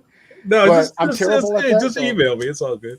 So one thing I think is really interesting about licensed work, and especially on hot properties like that, where the fan base is very, very particular. Like, I know there's a lot of Star Wars cats that they know every plate on R2D2's front chassis. And like, that's my cousin, dude. That's right. And it's just like, yo, how did you mess that up? Why are you even drawing this? That's a hexagon. Right. Oh, not yes. a circle. Right. It's like my favorite. It's like that, and also Ghostbusters fans are really hot like that. Like I know those the proton packs. Yeah, the IDW comics. I know they were getting You know, the fans are really particular. You know, the Ghost Trap only has 4 stripes across it, not 6. You know, who Why is this thing guy? oh, Where'd you get this guy from? You know what I'm saying? But right to that point, did you ever have situations where the fan base were like, "Oh, that's cool, you made that up," but dot dot dot. just my cousin. That's fantastic. He's like, everything you send Lucasfilm, you have to send me. I was like, hold up. Wait a minute. Right. Right, Like, right. you can't be serious right now. That's So that's fantastic. yeah, so I'd stop sending him stuff. Yeah. Yeah. I mean, 'Cause- now you could probably go on, well, what used to be called SketchUp. I don't know what it is now. Oh, it's still They changed the SketchUp. name. Go on and actually find Millennium Falcon, or find Oh, this yeah. R2D2, or people that make 3D models. Then you can skin it, turn it into a line drawing, and put it right. at the angle that you want.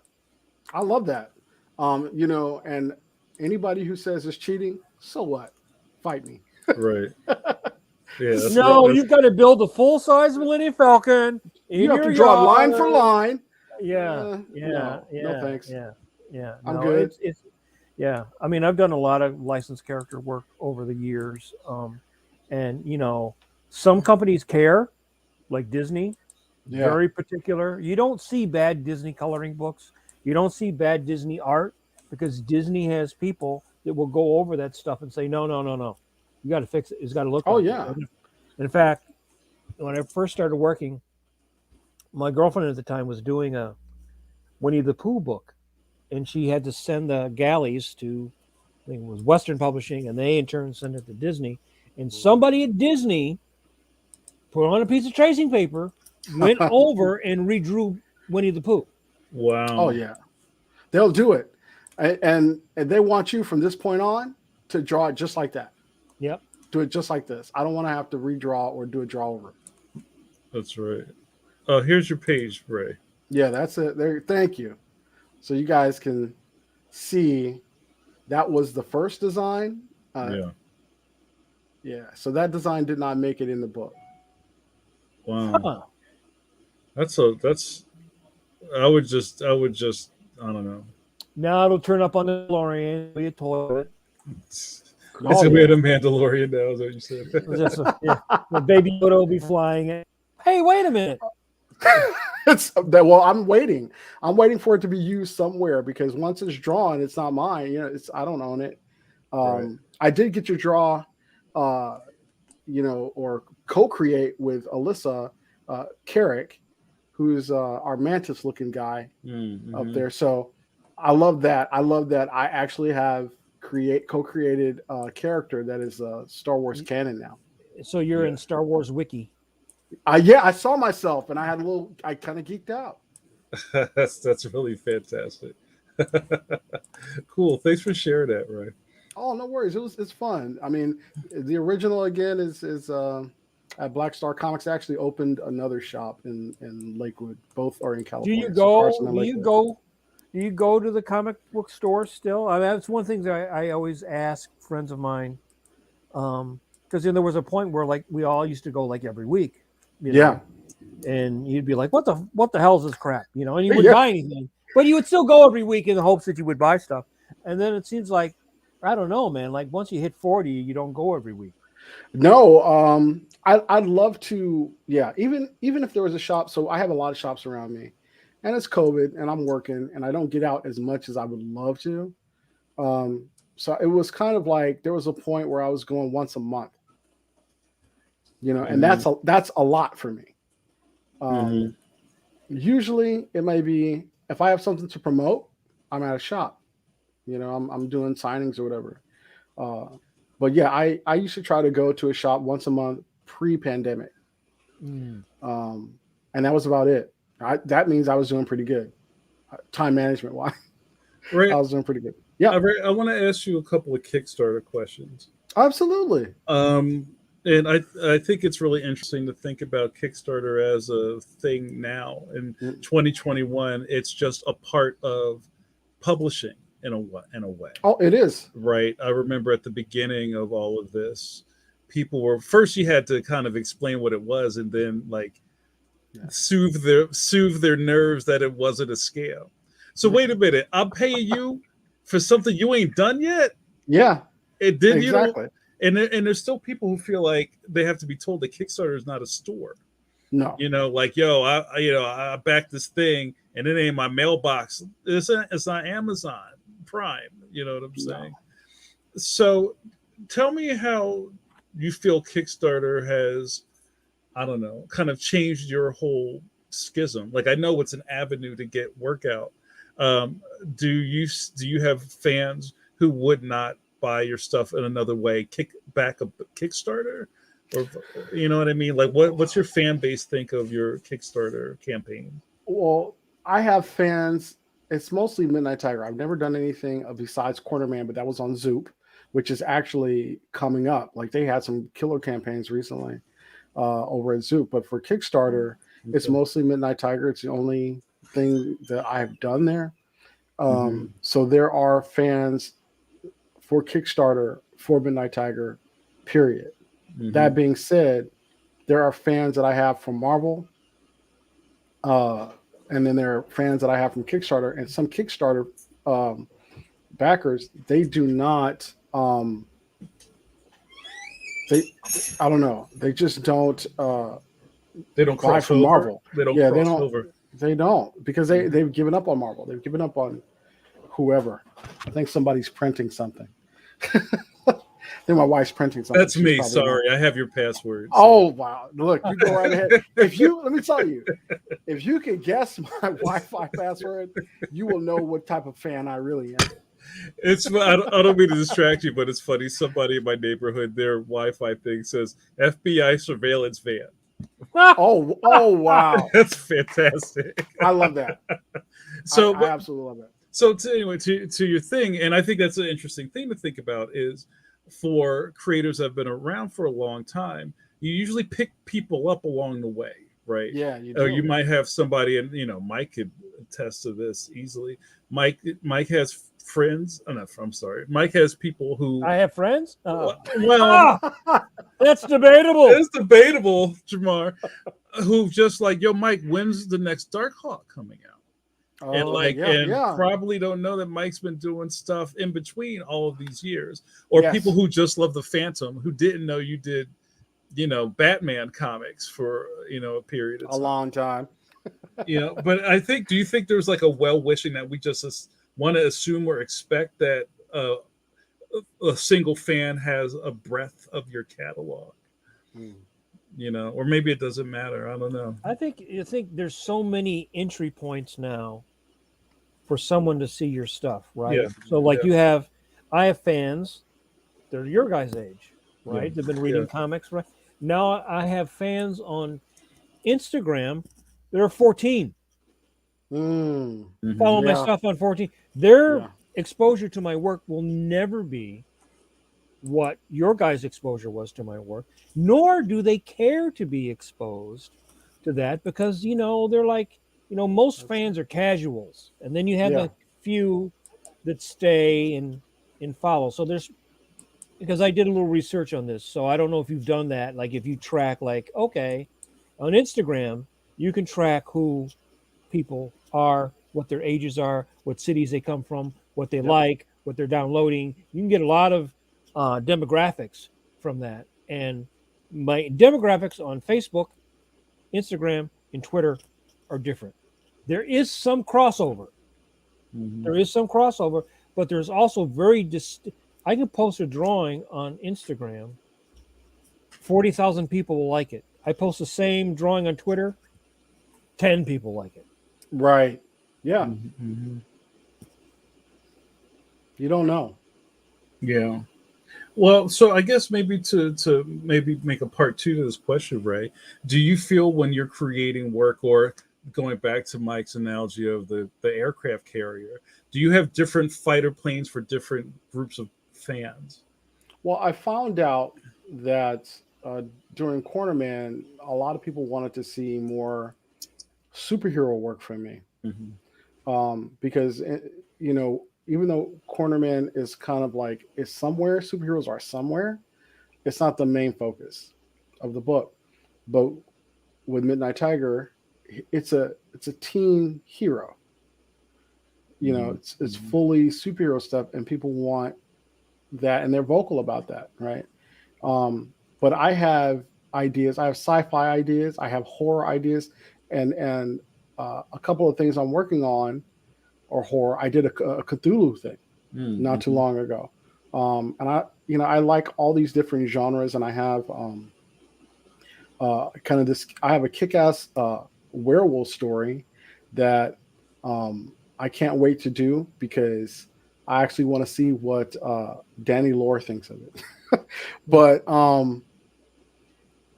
but yeah, like I have these things that I want to do, but everybody likes something different. But to speak to what Mike was saying, some people are just fans of your work, period.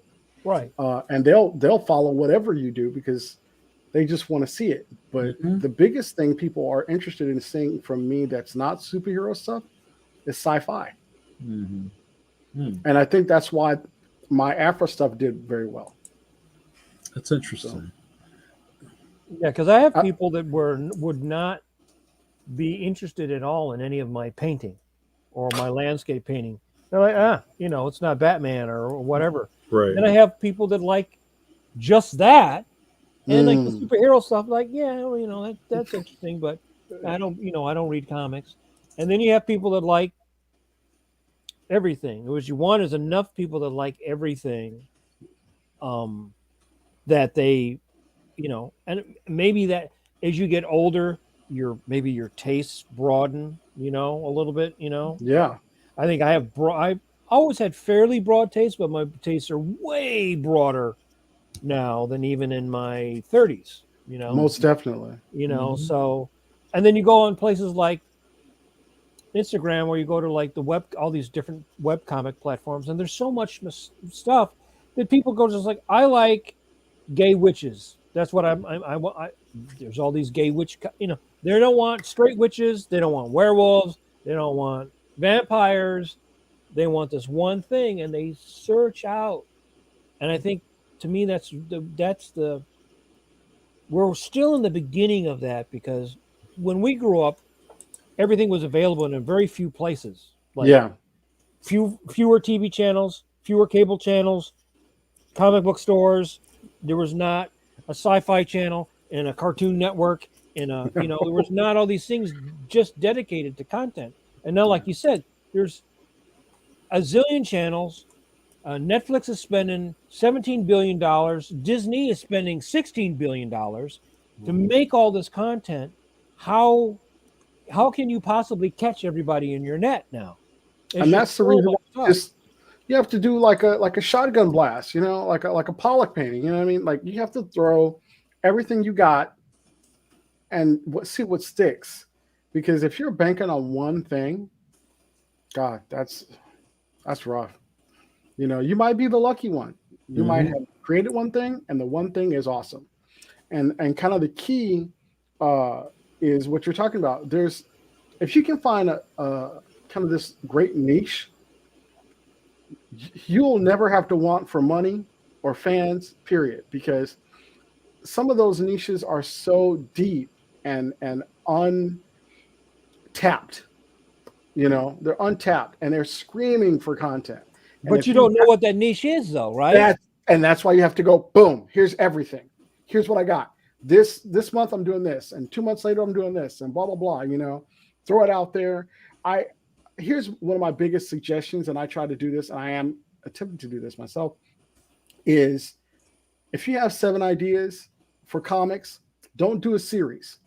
Do one-shots. Do 7 one-shots over the course of a year or however it is. If people want the thing, just start gauging what it is that people are responding to.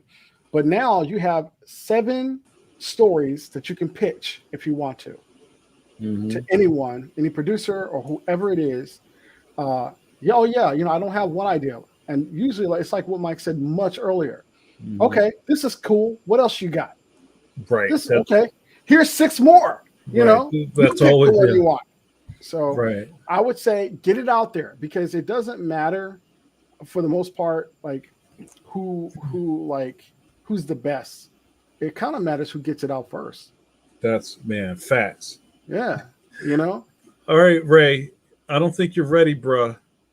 Uh-oh, Are what you we ready got? for the chow lightning Oh, round? let's do it. You Okay. know, I should have hit you with this. I should have hit you with this. Ka-chow! Lightning round. There you go. There you go. That feels better. Boom. All right. So that means that we're running out of clock, my friend. Okay. So I'm going to try to throw up a bunch of questions from the chat room. And if you could give me quick, concise answers, that'd be Okay. great. All right. Cool. So JRD just asks, oh man, I got too many things going on. I lost it. I'm going to Jared, spend 10 minutes on each answer. Okay. JRD says, have you considered Patreon to make some stories exclusive to a digital membership subscription model? Also, there's a part two. Also, any tips for promoting your own work aside from social media, which is fickle when you're starting out, or just lousy at self-promotion? Okay. Yes to Patreon. I tried it. I still have a Patreon. I haven't used it, but I plan to. And other than old school guerrilla marketing, uh, buy some stuff. I don't have it on now, but I have a Studio Sky Tiger material. I have Midnight Tiger shirts. I have a bunch of stuff like that. Put it out there. People will ask you, "Hey, what's that?" You Right, know. right. So give some shirts to friends. Let them wear it. Oh yeah, I love a street team. Yeah, All they'll right, last. thanks. Thanks, JRD. Eternity Forever asks, do you have any influence on drawing different ethnicities in your Star Wars or other big project work? It's a great question. Yeah. When they tell me to do a crowd scene, I do what I want. I do what I want. But with the co-creation, with Alyssa, which is fantastic. Um, that's what we were trying to do anyway. So Mm-hmm. that was the whole thing. But anytime I get to do a crowd scene, I'm always throwing diversity as much as I can into it, different ethnicities, different creatures if I can. So Mm-hmm. On that note, I want to make sure I didn't miss anything. Tim Fielder, hey Tim. Oh wow, Tim, you just covered our guest. whoa. Let me do this real fast, Tim. Come on, Tim. That's a violation. Tim says, totally agree with Ray's assessment. The flip side of that is if you do one type of thing, in my case, Afrofuturism, please watch our Pencil to Pencil episode with Tim Fielder. I think I Ooh. absolutely should have been more aggressive about doing different genres, superhero, etc. Thank goodness Afrofuturism is in. Now I'm hell bent on getting as many different types of things out as humanly possible. Bam. So it's more kind So of like a statement than a question. so to speak to that, the great thing about Afrofuturism is that there's so many different versions, different like aspects of the story that you can do. You could do 7 in that realm, and they are all completely different. Mm-hmm. Yeah, yeah. I love it. I think. Hold on, one more. What's this? Throw some more at me. Come on, let's go. All right. I guess. Well, I think I caught everybody off guard. Nobody's got anything else. But I'll ask you real quick. Okay. What is a normal Ray Anthony Height workday look like? I'm up at 5:45. 5:45. In the morning, and yes, sir. Yeah. My wife and I go. We do our walk at the beach. I come home. Shower. I'm at the table by 9 a.m. I read the emails, see what I got to do, whatever. I check my schedule. Most of the time, I'm doing layouts. I try to spend as much time as I can getting that, if it's inked or whatever. I usually try to do 2 elements a day, whatever it is. Sometimes it's pencil one thing or layout one thing and ink for the rest of the day, or vice versa, But that's it. And I try to go to bed or be done by 10 p.m. Do you go straight through, or do you kind of like take an afternoon switch off, like you have lunch and then just kind of like putter around for an hour or two, then go back? I do. Yeah. I take lunch, and I usually try to take lunch 1 hour, and that's about 12. And that's about it. I think people, and this is going back to the beginning, back when people weren't so kind of knowledgeable about cartoonists doing this for a living, and I think the pandemic changed a lot of things on our side, where people who never worked at home thought you lived some sort of charmed life by not going into an office. Like, Ray, what are you really doing all day? You ain't really sitting at that table all day. Are you at the dog track? What are you doing all day? And then with the pandemic, people were like, yo, I just woke up. It's 3 o'clock. Well, I don't know where the day went. Like, yeah, Yeah. that's exactly how this works. That's exactly how this works. I mean, I couldn't have said it better. You're doing a thing. I mean, we all have our trappings, right? Because research. I will lose 3 hours just trying to do research, trying to figure out how to draw a specific type of helicopter, which I recently did, and half my damn day was gone trying to figure out not just how to draw it, but which one to draw to fit exactly what this story needs if it's not, specific. So. Right. All right. Tim Fielder's got the last question, then we're going to let you go pee. Let's All go, right. Tim. Tim says, here's one for Ray. Is there any concept you have that you've been holding on to that you'd like to do? Something epic? Sky King Oris. I've never seen. So what that is, talk about different genres. It's full fantasy, and I haven't seen a black sword and sorcery on an epic level.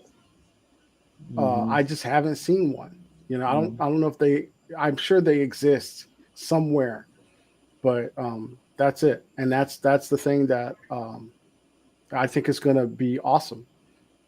It's going to be truly awesome. So would you consider the Dragon Prince sort of a little bit like that? It is. And I would also consider, well, I wouldn't say sword and sorcery. It's more sword and science. LaShawn Thomas's Cannon Busters, if you've seen it on Netflix. It's got that element. So, and I know that other people are working on things in that realm. Either they're busy doing other things and they can't, devote time to it. And it has been done in different ways, but not the way I want to do it. So, and that's really where I'm at, because there's, and I don't want to give too much of it away. But yeah, there's room, because how many sword and sorcery, stories have we seen from all other places, That's fantastic. Ray, we did. Go ahead, Mike. Go finish. Go ahead, Mike. I was just going to say, you see a lot now of fiction. Like I was just watching Wheel of Time, and there's a lot of black or they're mixing everybody. It used to just be like Prince Valiant and everybody was white because they're all from the Netherlands. But now they set up these worlds where like half the cast might be a person of color, or female, or however, it's that time. There's it's because it's the trend and people are becoming more aware, and the people that are in power have the power to be diverse and are so that's good. So let me ask you this: if you were reading a Conan comic, if you read would you? Who's Conan? I'm sorry.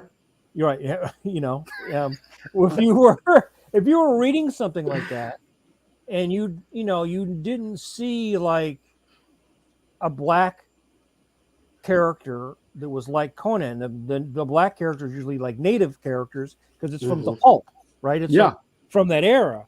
So would you think that a kid coming across that, a black kid or a Hispanic kid coming across that would feel like, well, I can't access that because I don't see me, or the me that I see is like in the old Johnny Weissmuller films. The only black people you saw were like Buana, the natives, Buana, right? Yeah, right. And basically being the sidekick or the background, right? So what I'm talking about is having those characters, POCs, LGBTQ characters front and center. They are the protagonists. They have agency. And that's what I'm talking about. And that's the reason, exactly the reason you said, if there's a kid of color who picks up, let's say Sky King Oris or Excellence, that's one, Bitter Root, and they're like, oh yeah. At one point, you know what starts to happen? It's the white kid picks it up and they love it. And then when they see a black kid and it's time to pick who's going to play in the yard, the main character,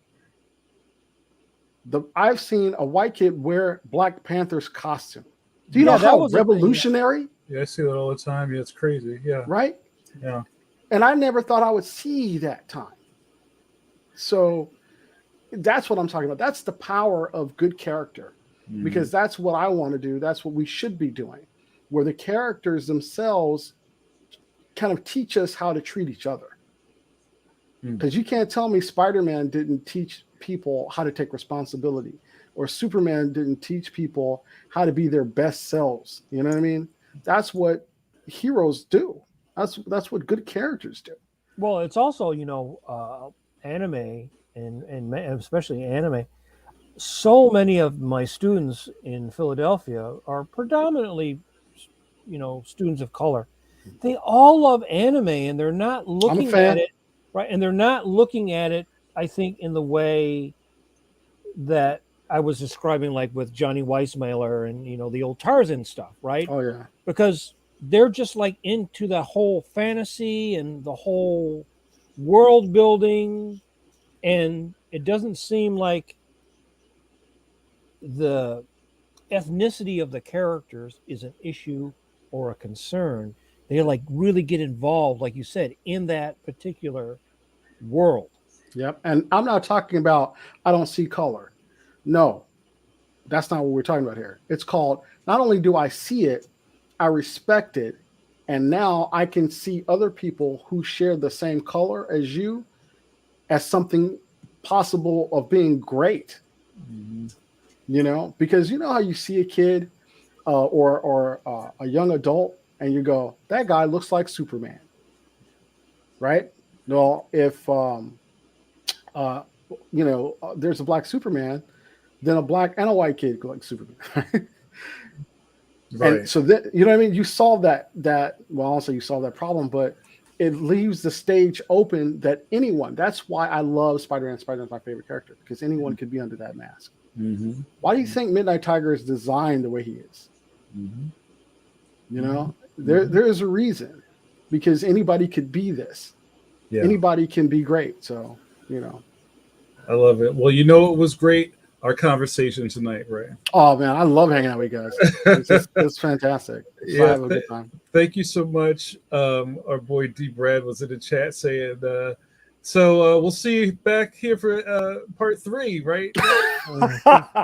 For part 9. Yeah. Right.